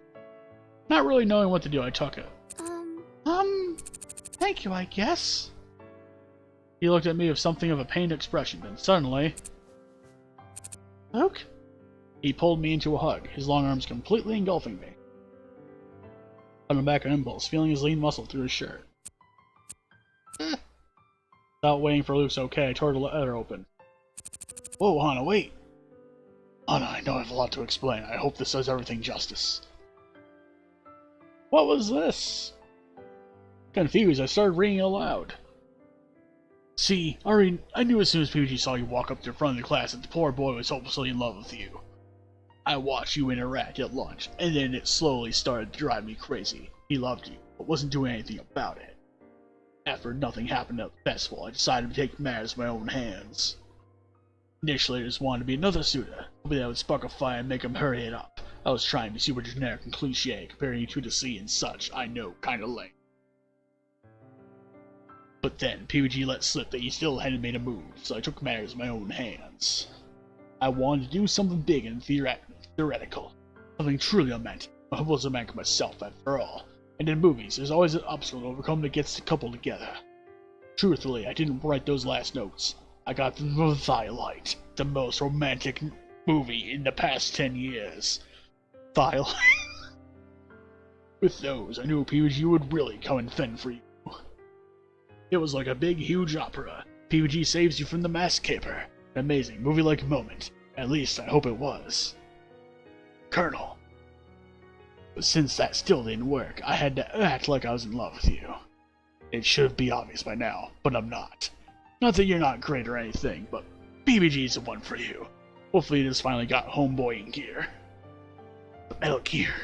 Because, honestly, nothing is more than our friendship. Please don't hate me for doing all that, but I know PBG. He was too afraid to show you his heart until he had to fight to protect you. If I'm not mistaken, he fought pretty hard, didn't he? Yeah, I know. I'm awesome. I got your back, girl. Anyways, wishing you the best, Luke. Wait, so... This means you... Go for it. I was trying to get you two together, of course. Come on, man. You didn't think I would actually try and hurt somebody, do you? Wait, did I actually scare you? Oh man, I'm so sorry if I did. That was not my intention at all. So you don't want to date Hana? No. PBG, dude. No. No offense, Hana. None taken. In fact, thank you. I see that look. I'm getting out of here. I think you two need to talk a little bit alone. Wait, what? Wait, so... the letters. You mean you don't like Luke? Of course not. The letters were nice, but they didn't do anything for me. But why not? Well, to tell the truth, it's because they didn't sound anything like you. I said it almost without thinking, but by the time words were out of my mouth, I was blushing furiously. That was it, the whole time. That was why I wasn't happy about having an admirer. That was why I asked the letters to stop. That was why I asked PBG to help me stop them.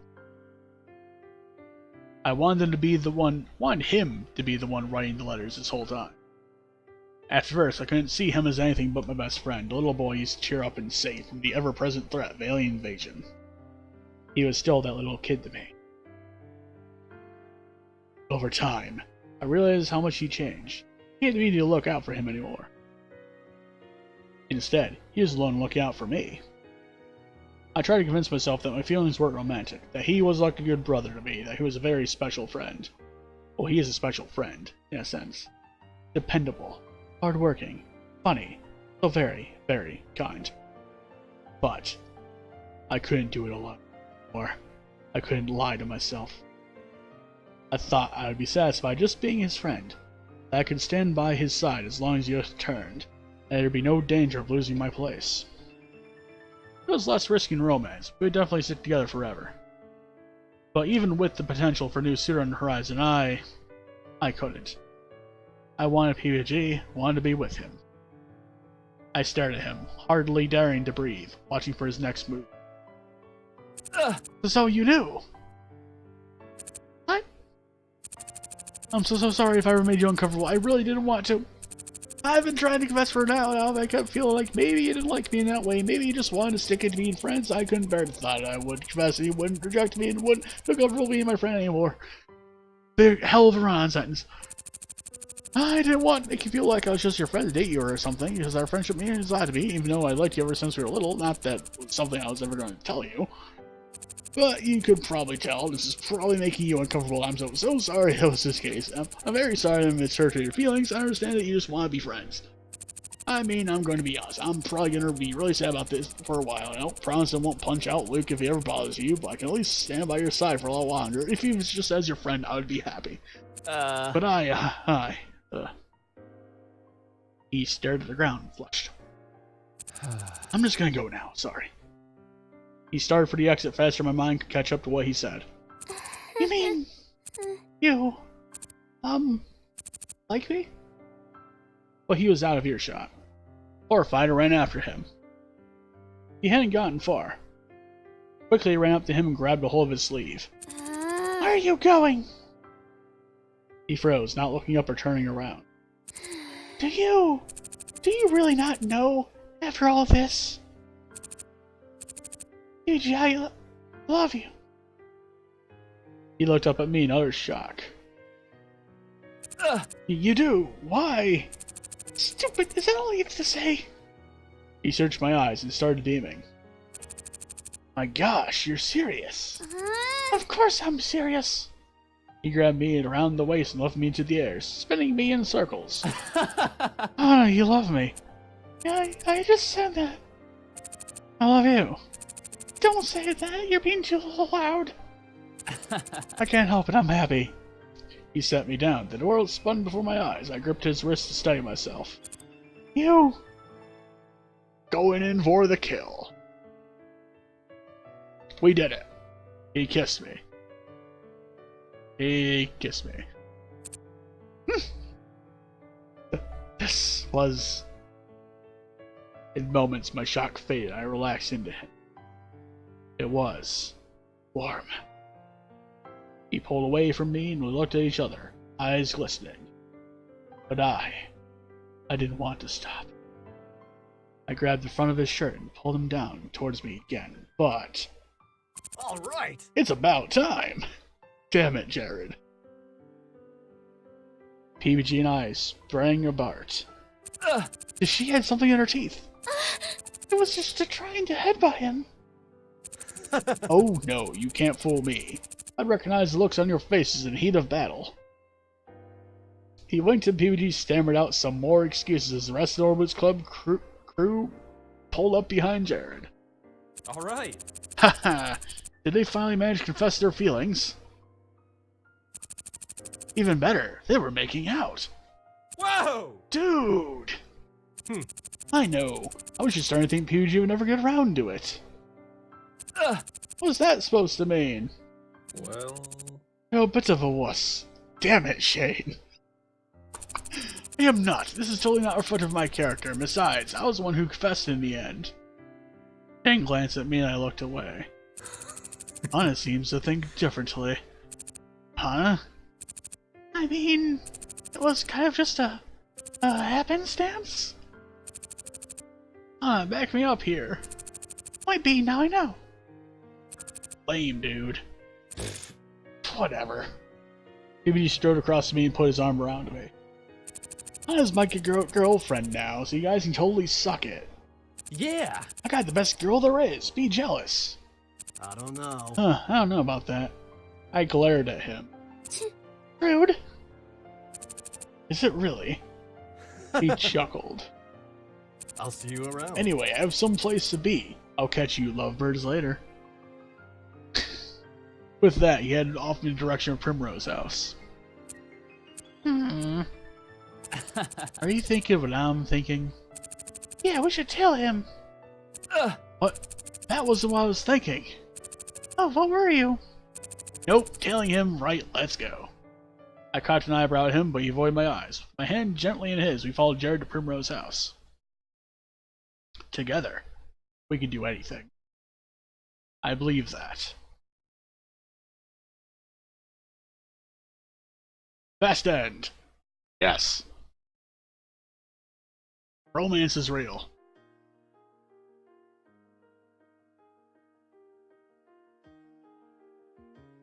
Directed by Kara, has stuck and created by Daniel Hargrave. His wifey and a friend of group. Well then. So about PBG's route. This route and Jared's route were fairly popular routes when this game first came out. So it's a simple route, a good route. People change over time, but a lot of them are like, even though people change, if they're a good person on the inside, it might still stay that way. I don't know. Anyway, the point is, people change. And you have to learn how to adjust to change. And then press forward. That is how it goes. In these parts.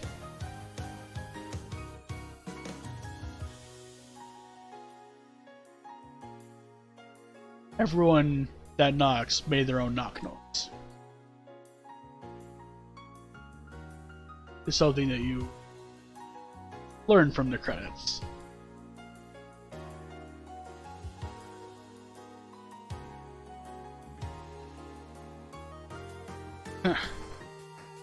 Also, Creeps and Pasta, who is also in this game, who is the nurse, also helped make the game, in a sense. Like, helped with the dev, I guess. Presented by Illis Seed. Now it's a solo project. Thanks for playing.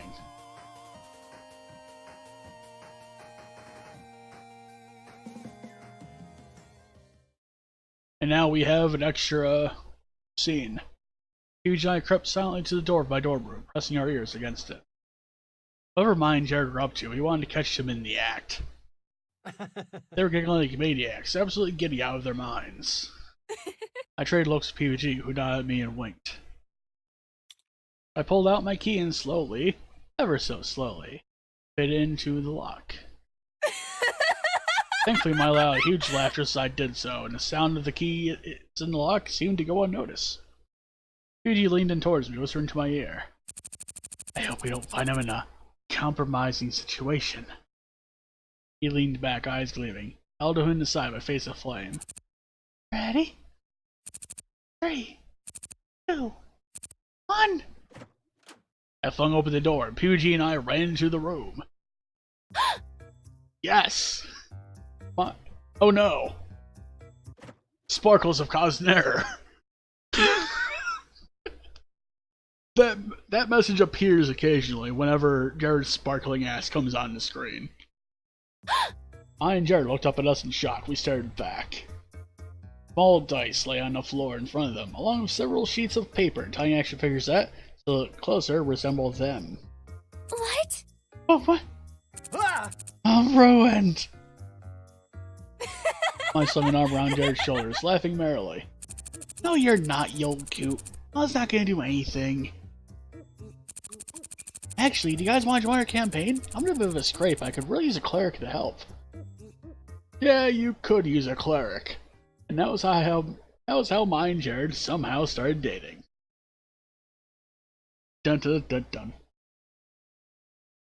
Asagao Academy, Normal Boots Club. And that was Luke himself signing off there. Alright. That's a nice fun route overall. Very simple. And yeah. Let's see here.